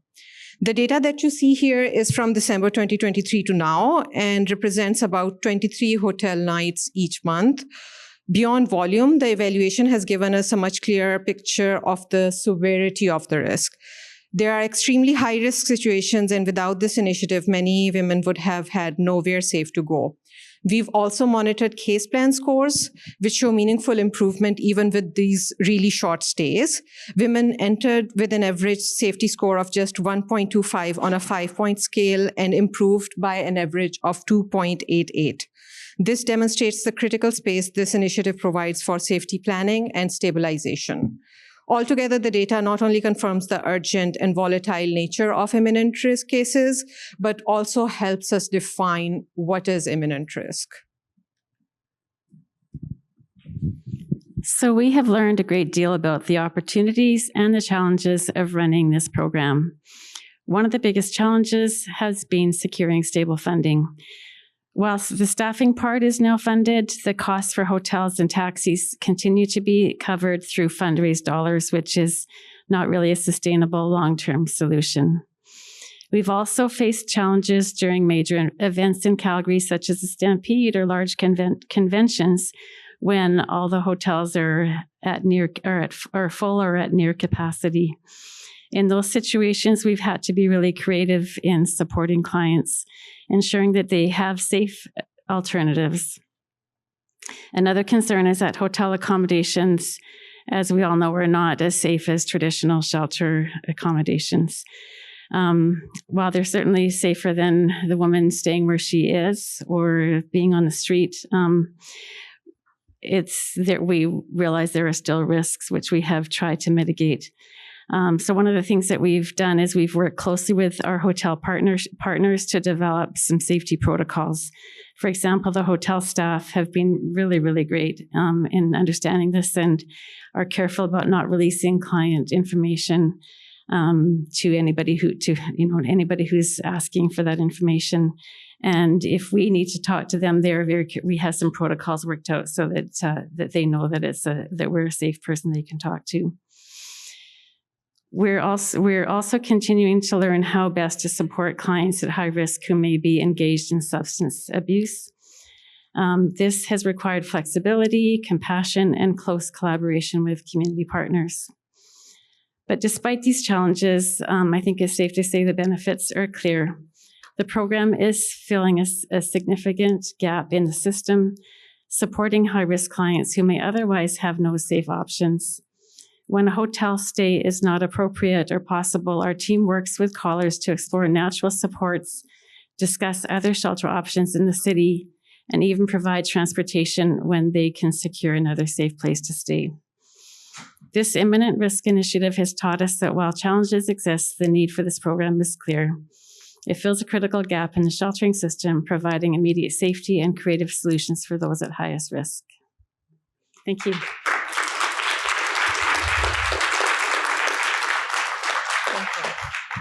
Thank you. Thank you, Jillian and Kamal. All right.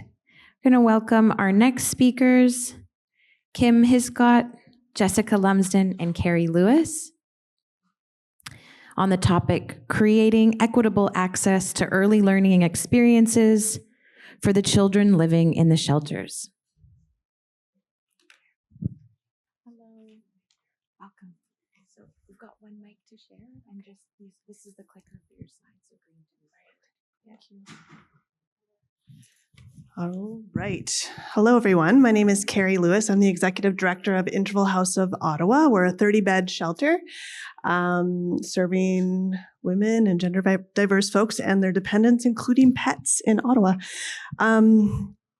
Like many of your communities, I'm sure, we're experiencing a housing crisis.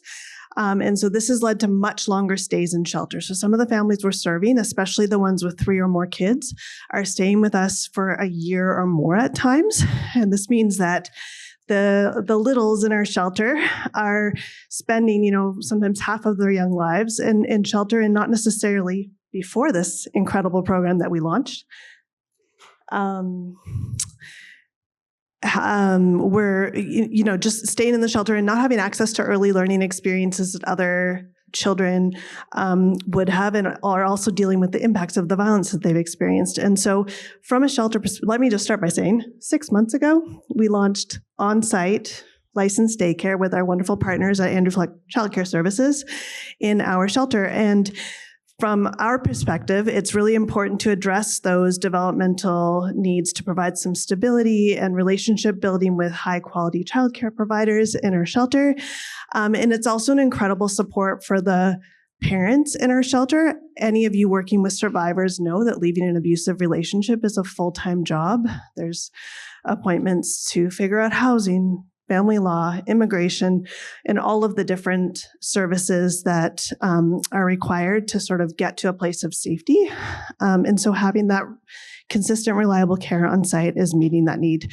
And the other piece I wanted to share for anyone who's looking into such a partnership in your community, particularly in Ontario, is that we have in all municipalities community safety and well-being plans that are mandated by the province. And this is a really good trigger to pull, for lack of better words, just in terms of like working with municipal and county partners on really thinking about a holistic response to gender-based violence in our communities. We sometimes forget about the kids and their needs and the impacts on them.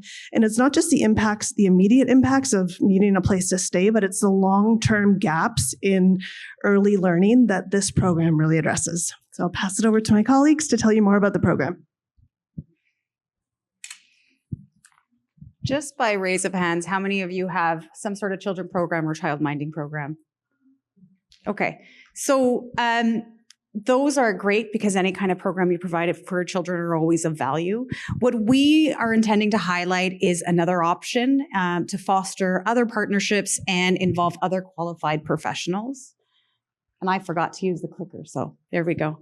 I guess I have to hold it. And a lot of the information you'll hear is Ontario-driven, but Kim will be explaining a little more of the federal piece so that you can see possibly how it could work within your provinces. So the first part is why licensed early learning is important. Imagine yourself as a child and you lost your sense of home. You're waking to uncertainty every day, and you're in the midst of disruption. So for those children, for you, there are huge emotional and developmental stakes at risk. And that actually limits your growth and the healing and healing. So for us, and for children in the shelter, licensed early learning is more than education. It's about stability, it's about healing, and it's about hope. This doesn't just help the child, it also eases the parent's mind in knowing that their child is safe and supported and provides them an opportunity to recover. So here's what we look at when we talk about our process for licensed care. Licensing being the guaranteed secure accountability of care, quality that is never compromised, even in adversity, partnerships with family communities and people like you, a safe environment that they recognize, and the ultimate goal of children thriving. So what does this mean? Well, for us, licensing is a promise of quality educators, low ratios, rooms that are recognized as for the children as their own respectful and safe space. So how we do it is actually through the Ministry of Education. We have our CCOR, and we go through rigorous regulations to where it evaluates hygiene of the room, safe of sleep, and emotional supports. From there, we also go into ratios, which is talking about more family age grouping, because we know that every child who comes in and every parent who comes into the shelter, you don't know what age group they're going to be. You don't know how many you're going to have. So what we provided is a service from 0 to 6, and it's family age grouping. It's all in one room. We're able to kind of rationalize with the quality staff that come in. The space is dedicated to us during our operations. Currently, it's a minimum of 6 hours. And then from there, we also have shared space that we use throughout those operations. So for example, we have a cook that's on site, and that cook actually shares the kitchen space all the time. And it also allows for some collaboration and understanding as well. I'm going to go to my next slide here. And so that is about the qualifications. So staff are an integral part for any of the organizations that you run, but also for us. And so our staff are registered early childhood educators. They are trauma-informed and play-based trained to support the diverse needs. The shelter team itself, I should mention, is also very important. It's more than just a partnership for us. Oh my goodness, that is quick. Anyway, we believe in partnerships as well. That's why we're standing up here. But the other piece is that we do a lot of documentation. The documentation is for that collaboration with the parent in involving what's going on. Okay. So if you're wondering how to do this, you've probably all heard of the $10 a day Canada-wide early learning childcare. That's how we're funded. We are the licensed childcare agency co-located within the shelter. So we take the full responsibility for licensing. Guess what? Under the funding, we get to actually pay them rent. So it actually works. The funding is secure. If you could flip to the next slide. What we've also done is after we established this, then we got a wage grant. I've heard a few of you have got wage grants. So what we're doing is we're documenting our journey and we're creating 2 toolkits because again, we're early childhood educators. That's our base. That's our training. We want to make sure that we're doing no more harm, that we really understand trauma-informed practice. And then we're also creating a toolkit around well-being for the educators because this is not the population of children that they've usually used. I know my time is up. We weren't smart enough to put a QR code on the slide, but we do have QR codes if you want to come and see us and you can take it from our phone.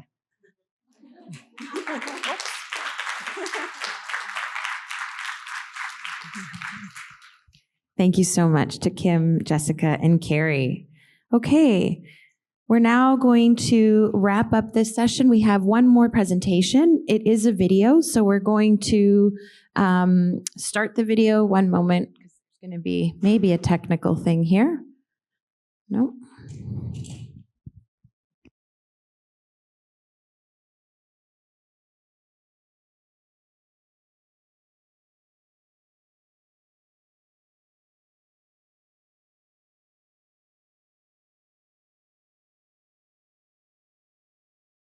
All right, we'll see. Is the sound going to come on, or is it on?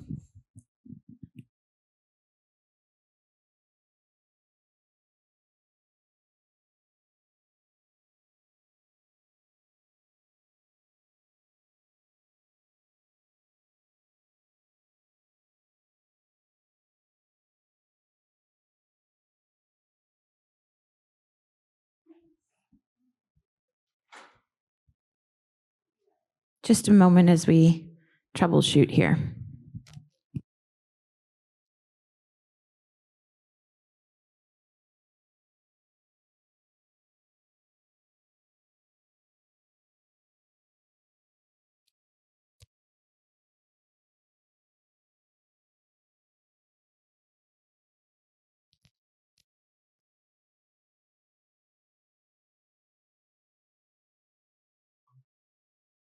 I'm sorry I cannot be with all of you in person, but I had a fall last week. I'm on the mend, but not ready for airports and hotel conferences. I'm joining you today from the unceded territory of the Ganakahe people.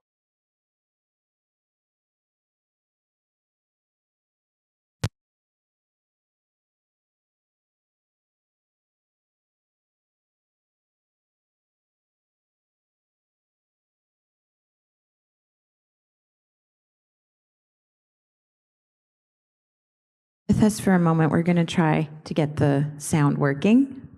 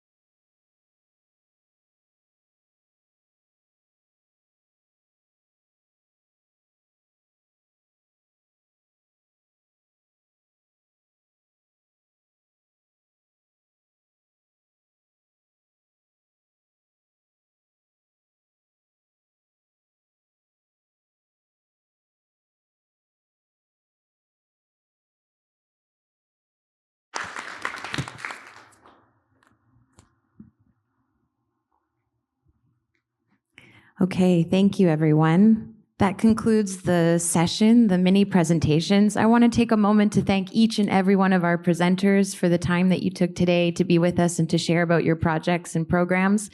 And just a reminder that all of this great information that was shared today, you will be able to access it from the Knowledge Hub website post-conference, so that's great. You can be able to share with others as well.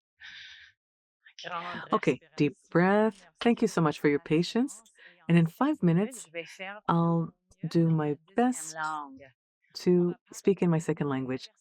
Let's talk about crucial, inclusive conversations on consent. My objective as an educator is to really engage people in education on sexual consent, especially cisgender boys. And this is why, in March, in a Francophone school in Toronto, I learned something that really scared me. I was holding workshops on consent with grade 9 and 10 students. The students were separated by gender, which was fine. I mean, it works at that school because non-binary and trans student were well supported and they were very comfortable to join the group based on their gender identity. So we started. But I realized that because of the pandemic, I should ask how many of you have had the opportunity to talk about consent, sexual consent. In the group that self-identified, every hand was raised. In the group of boys, not one single hand went up, none. And in 2025, the year of the acquittals in Hockey Canada, that really scared me. So it's crucial to have the conversations on consent. These conversations have to be inclusive. They have to talk about the diverse experiences that boys are having in their full humanity, going beyond what we've socialized them to do. So here are 10 considerations in 7 minutes or 6 minutes, whatever I have left, to do this education.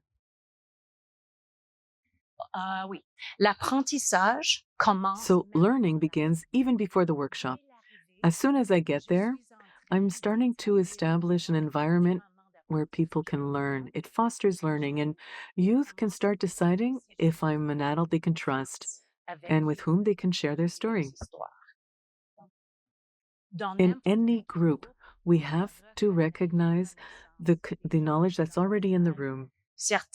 And some earned the hard way. There's a big possibility that people have already been prejudiced or that they've been harmed or both, and that within the same person. So that's one of the reasons I find the metaphor of streetlights to be really efficient because it gives us that third option, like gender, for example. If this is a girl and this is boy,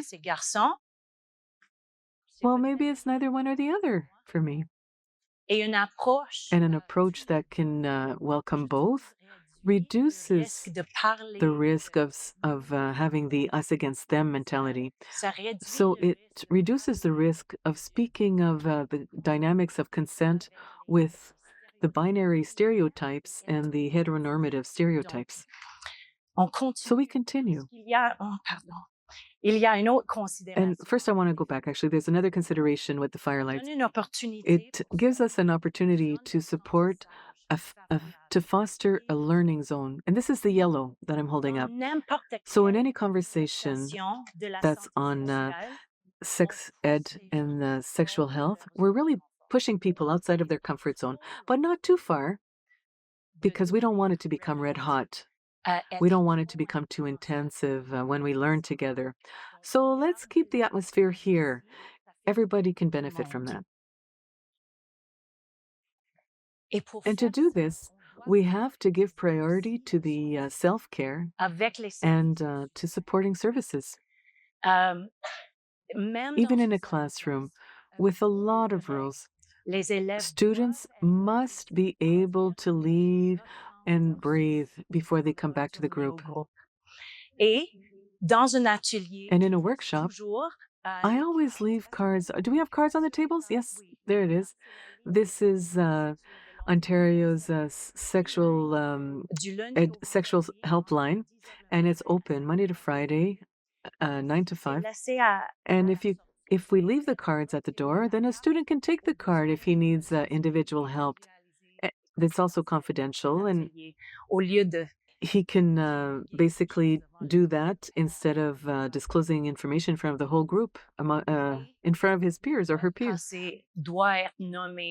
And then the right to pass must be meaningfully applied. Often in schools, there's coercive manners of doing things. And what I've learned when I was promoting sexual health is that people need to unlearn traditional learning methods, with getting a grade for participating. Okay. We're not directly starting with sexual consent. We invite people to take part in the topic softly. And here's some questions to get you going. If you choose to participate, and if you have plates near you, there are some plates here. For every question, if your answer is yes, please raise a green plate. If your answer is no, use the red one. And if it's, I don't know, or you're not quite sure, well, during a longer workshop, we'll slow right down and we'll take time to talk if you happen to be in the yellow zone. So here's the first question. Are you enthusiastic to be here at the conference among colleagues that work in your field with people with compassion and intelligence? Yeah, me too. Second question.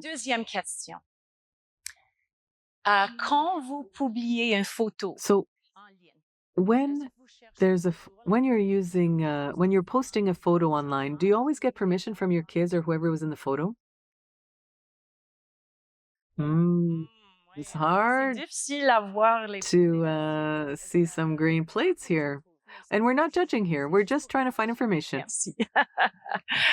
And lastly, are you someone who likes hugs? Do you like giving them? Do you like receiving them? Or did you prefer the pandemic when people would just leave you alone? I find with a red plate, it's often a person who's sensitive, who might be neurodivergent, and often, as we know, someone who might have experienced trauma. So with the plates, it's super simple, but it's efficient. And if we really set the boundaries in place, we have to respect our own boundaries. And we can count on these strategies. And here's an example for each one. So with grade 10 boys, there was an insensitive joke on negotiating consent with a person who has sensory issues. So I breathed deeply so I could calm down because I was coming close to my red zone. I explained that people communicate in several ways, and I reaffirmed the shared responsibility in maintaining everyone in their learning zone. And my sincere effort, seemed to really calm the atmosphere within the classroom. And this helped to ensure people's emotional safety in the room. At least I hope. Second story. So I developed this activity using plates for high school students having light intellectual deficits. And it was to give boys a significant way to take part. They could use these nonverbal signs just as well as their colleagues who could talk. So I talked to the teachers, they bought the plates so they could continue using them every day. But a female student loved her plate. And when I said, "Can I sit beside you?" she raised her red plate. Nope. Every question I asked, it was no. So it was really hard to continue on with the lesson, but it was a beautiful example of respecting someone's boundaries. And it's something we don't see often enough in our schools, especially when it comes to students living with a handicap. So my last point, there are the alternatives to the plates, which are free, but based on your group's capacity, it could be high, low, sideways. My activities are online.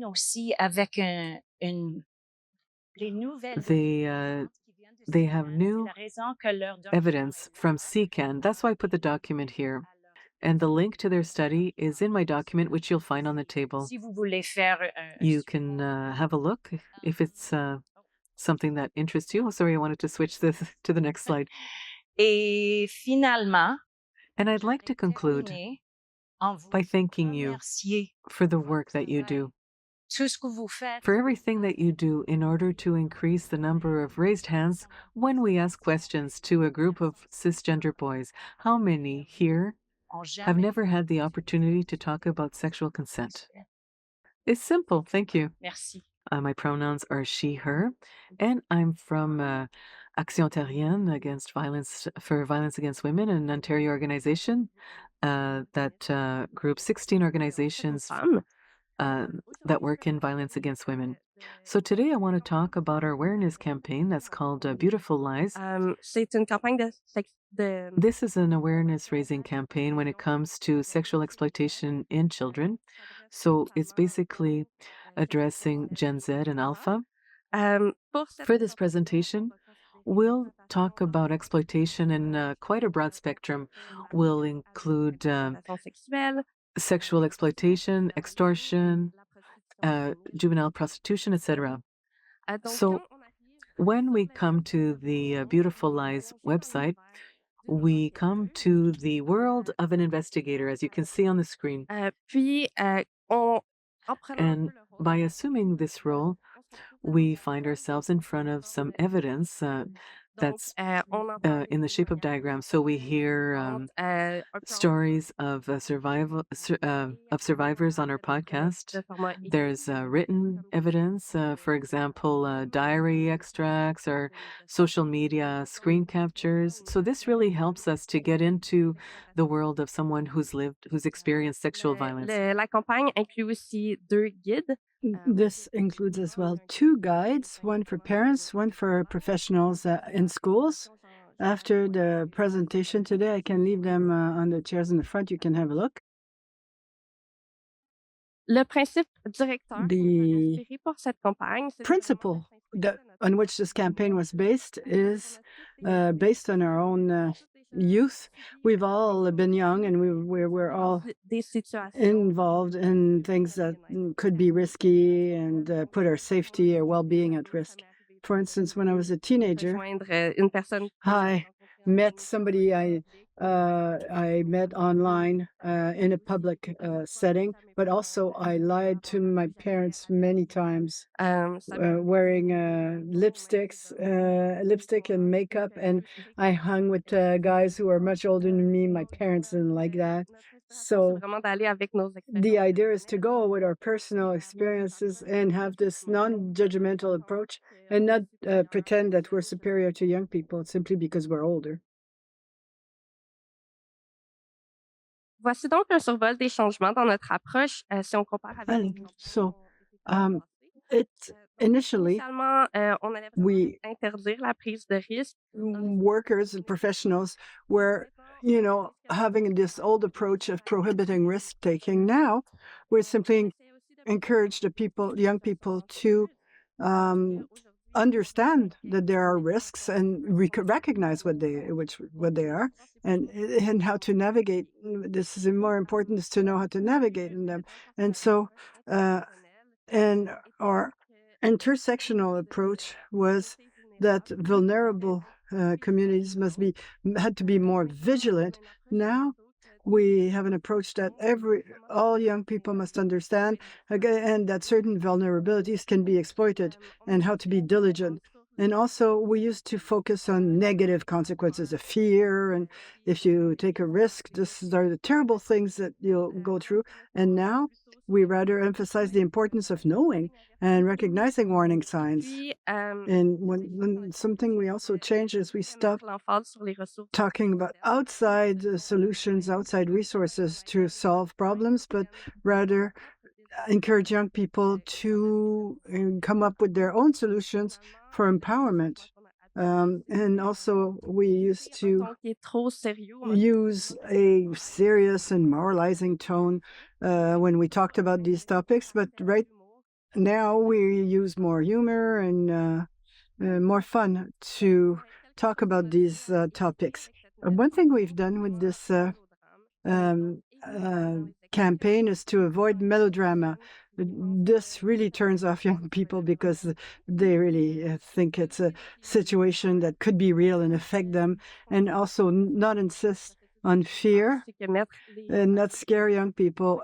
Just like adults, it can really prevent them to retain the information and to reduce their willingness to help others as well. And also, in the past, we used this authoritarian tone with power relationships that were created, power relationships that were unbalanced really in the past. And now the emphasis is no longer on the fact that the young people are dependent on adults for everything.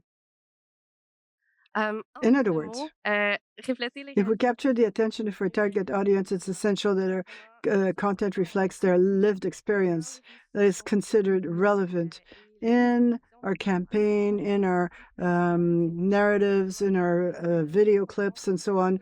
We use that new approach. So the characters we introduce are young people who are sexually active, they use substances, and they use technology, and they can make mistakes and questionable choices, and they judge others, and they also use an imperfect language.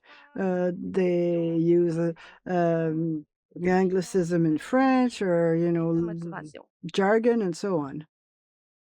And we've really insisted on the use of nuance stories to talk about those topics, because sexual exploitation is a complex topic. So, for instance, I will give us an example, Emily's example. She was the victim of sexual exploitation, and she volunteered to recruit other victims to talk about this topic, and she could put herself in the victim's shoes more easily and explain to the group about this.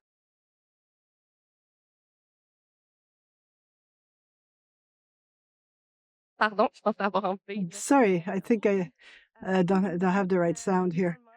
And the last point I wish I'd like to insist is to have as much as possible realistic characters, so that young people can identify to them.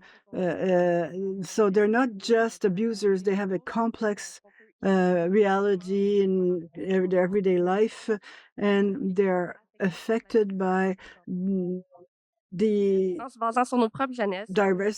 difficulties of life. So we want to put forward a realistic story with realistic characters to which young people can identify. I thank you for your attention. I have a few documents here, some materials that will present our Beautiful Lies, our program. And thank you very much for your attention.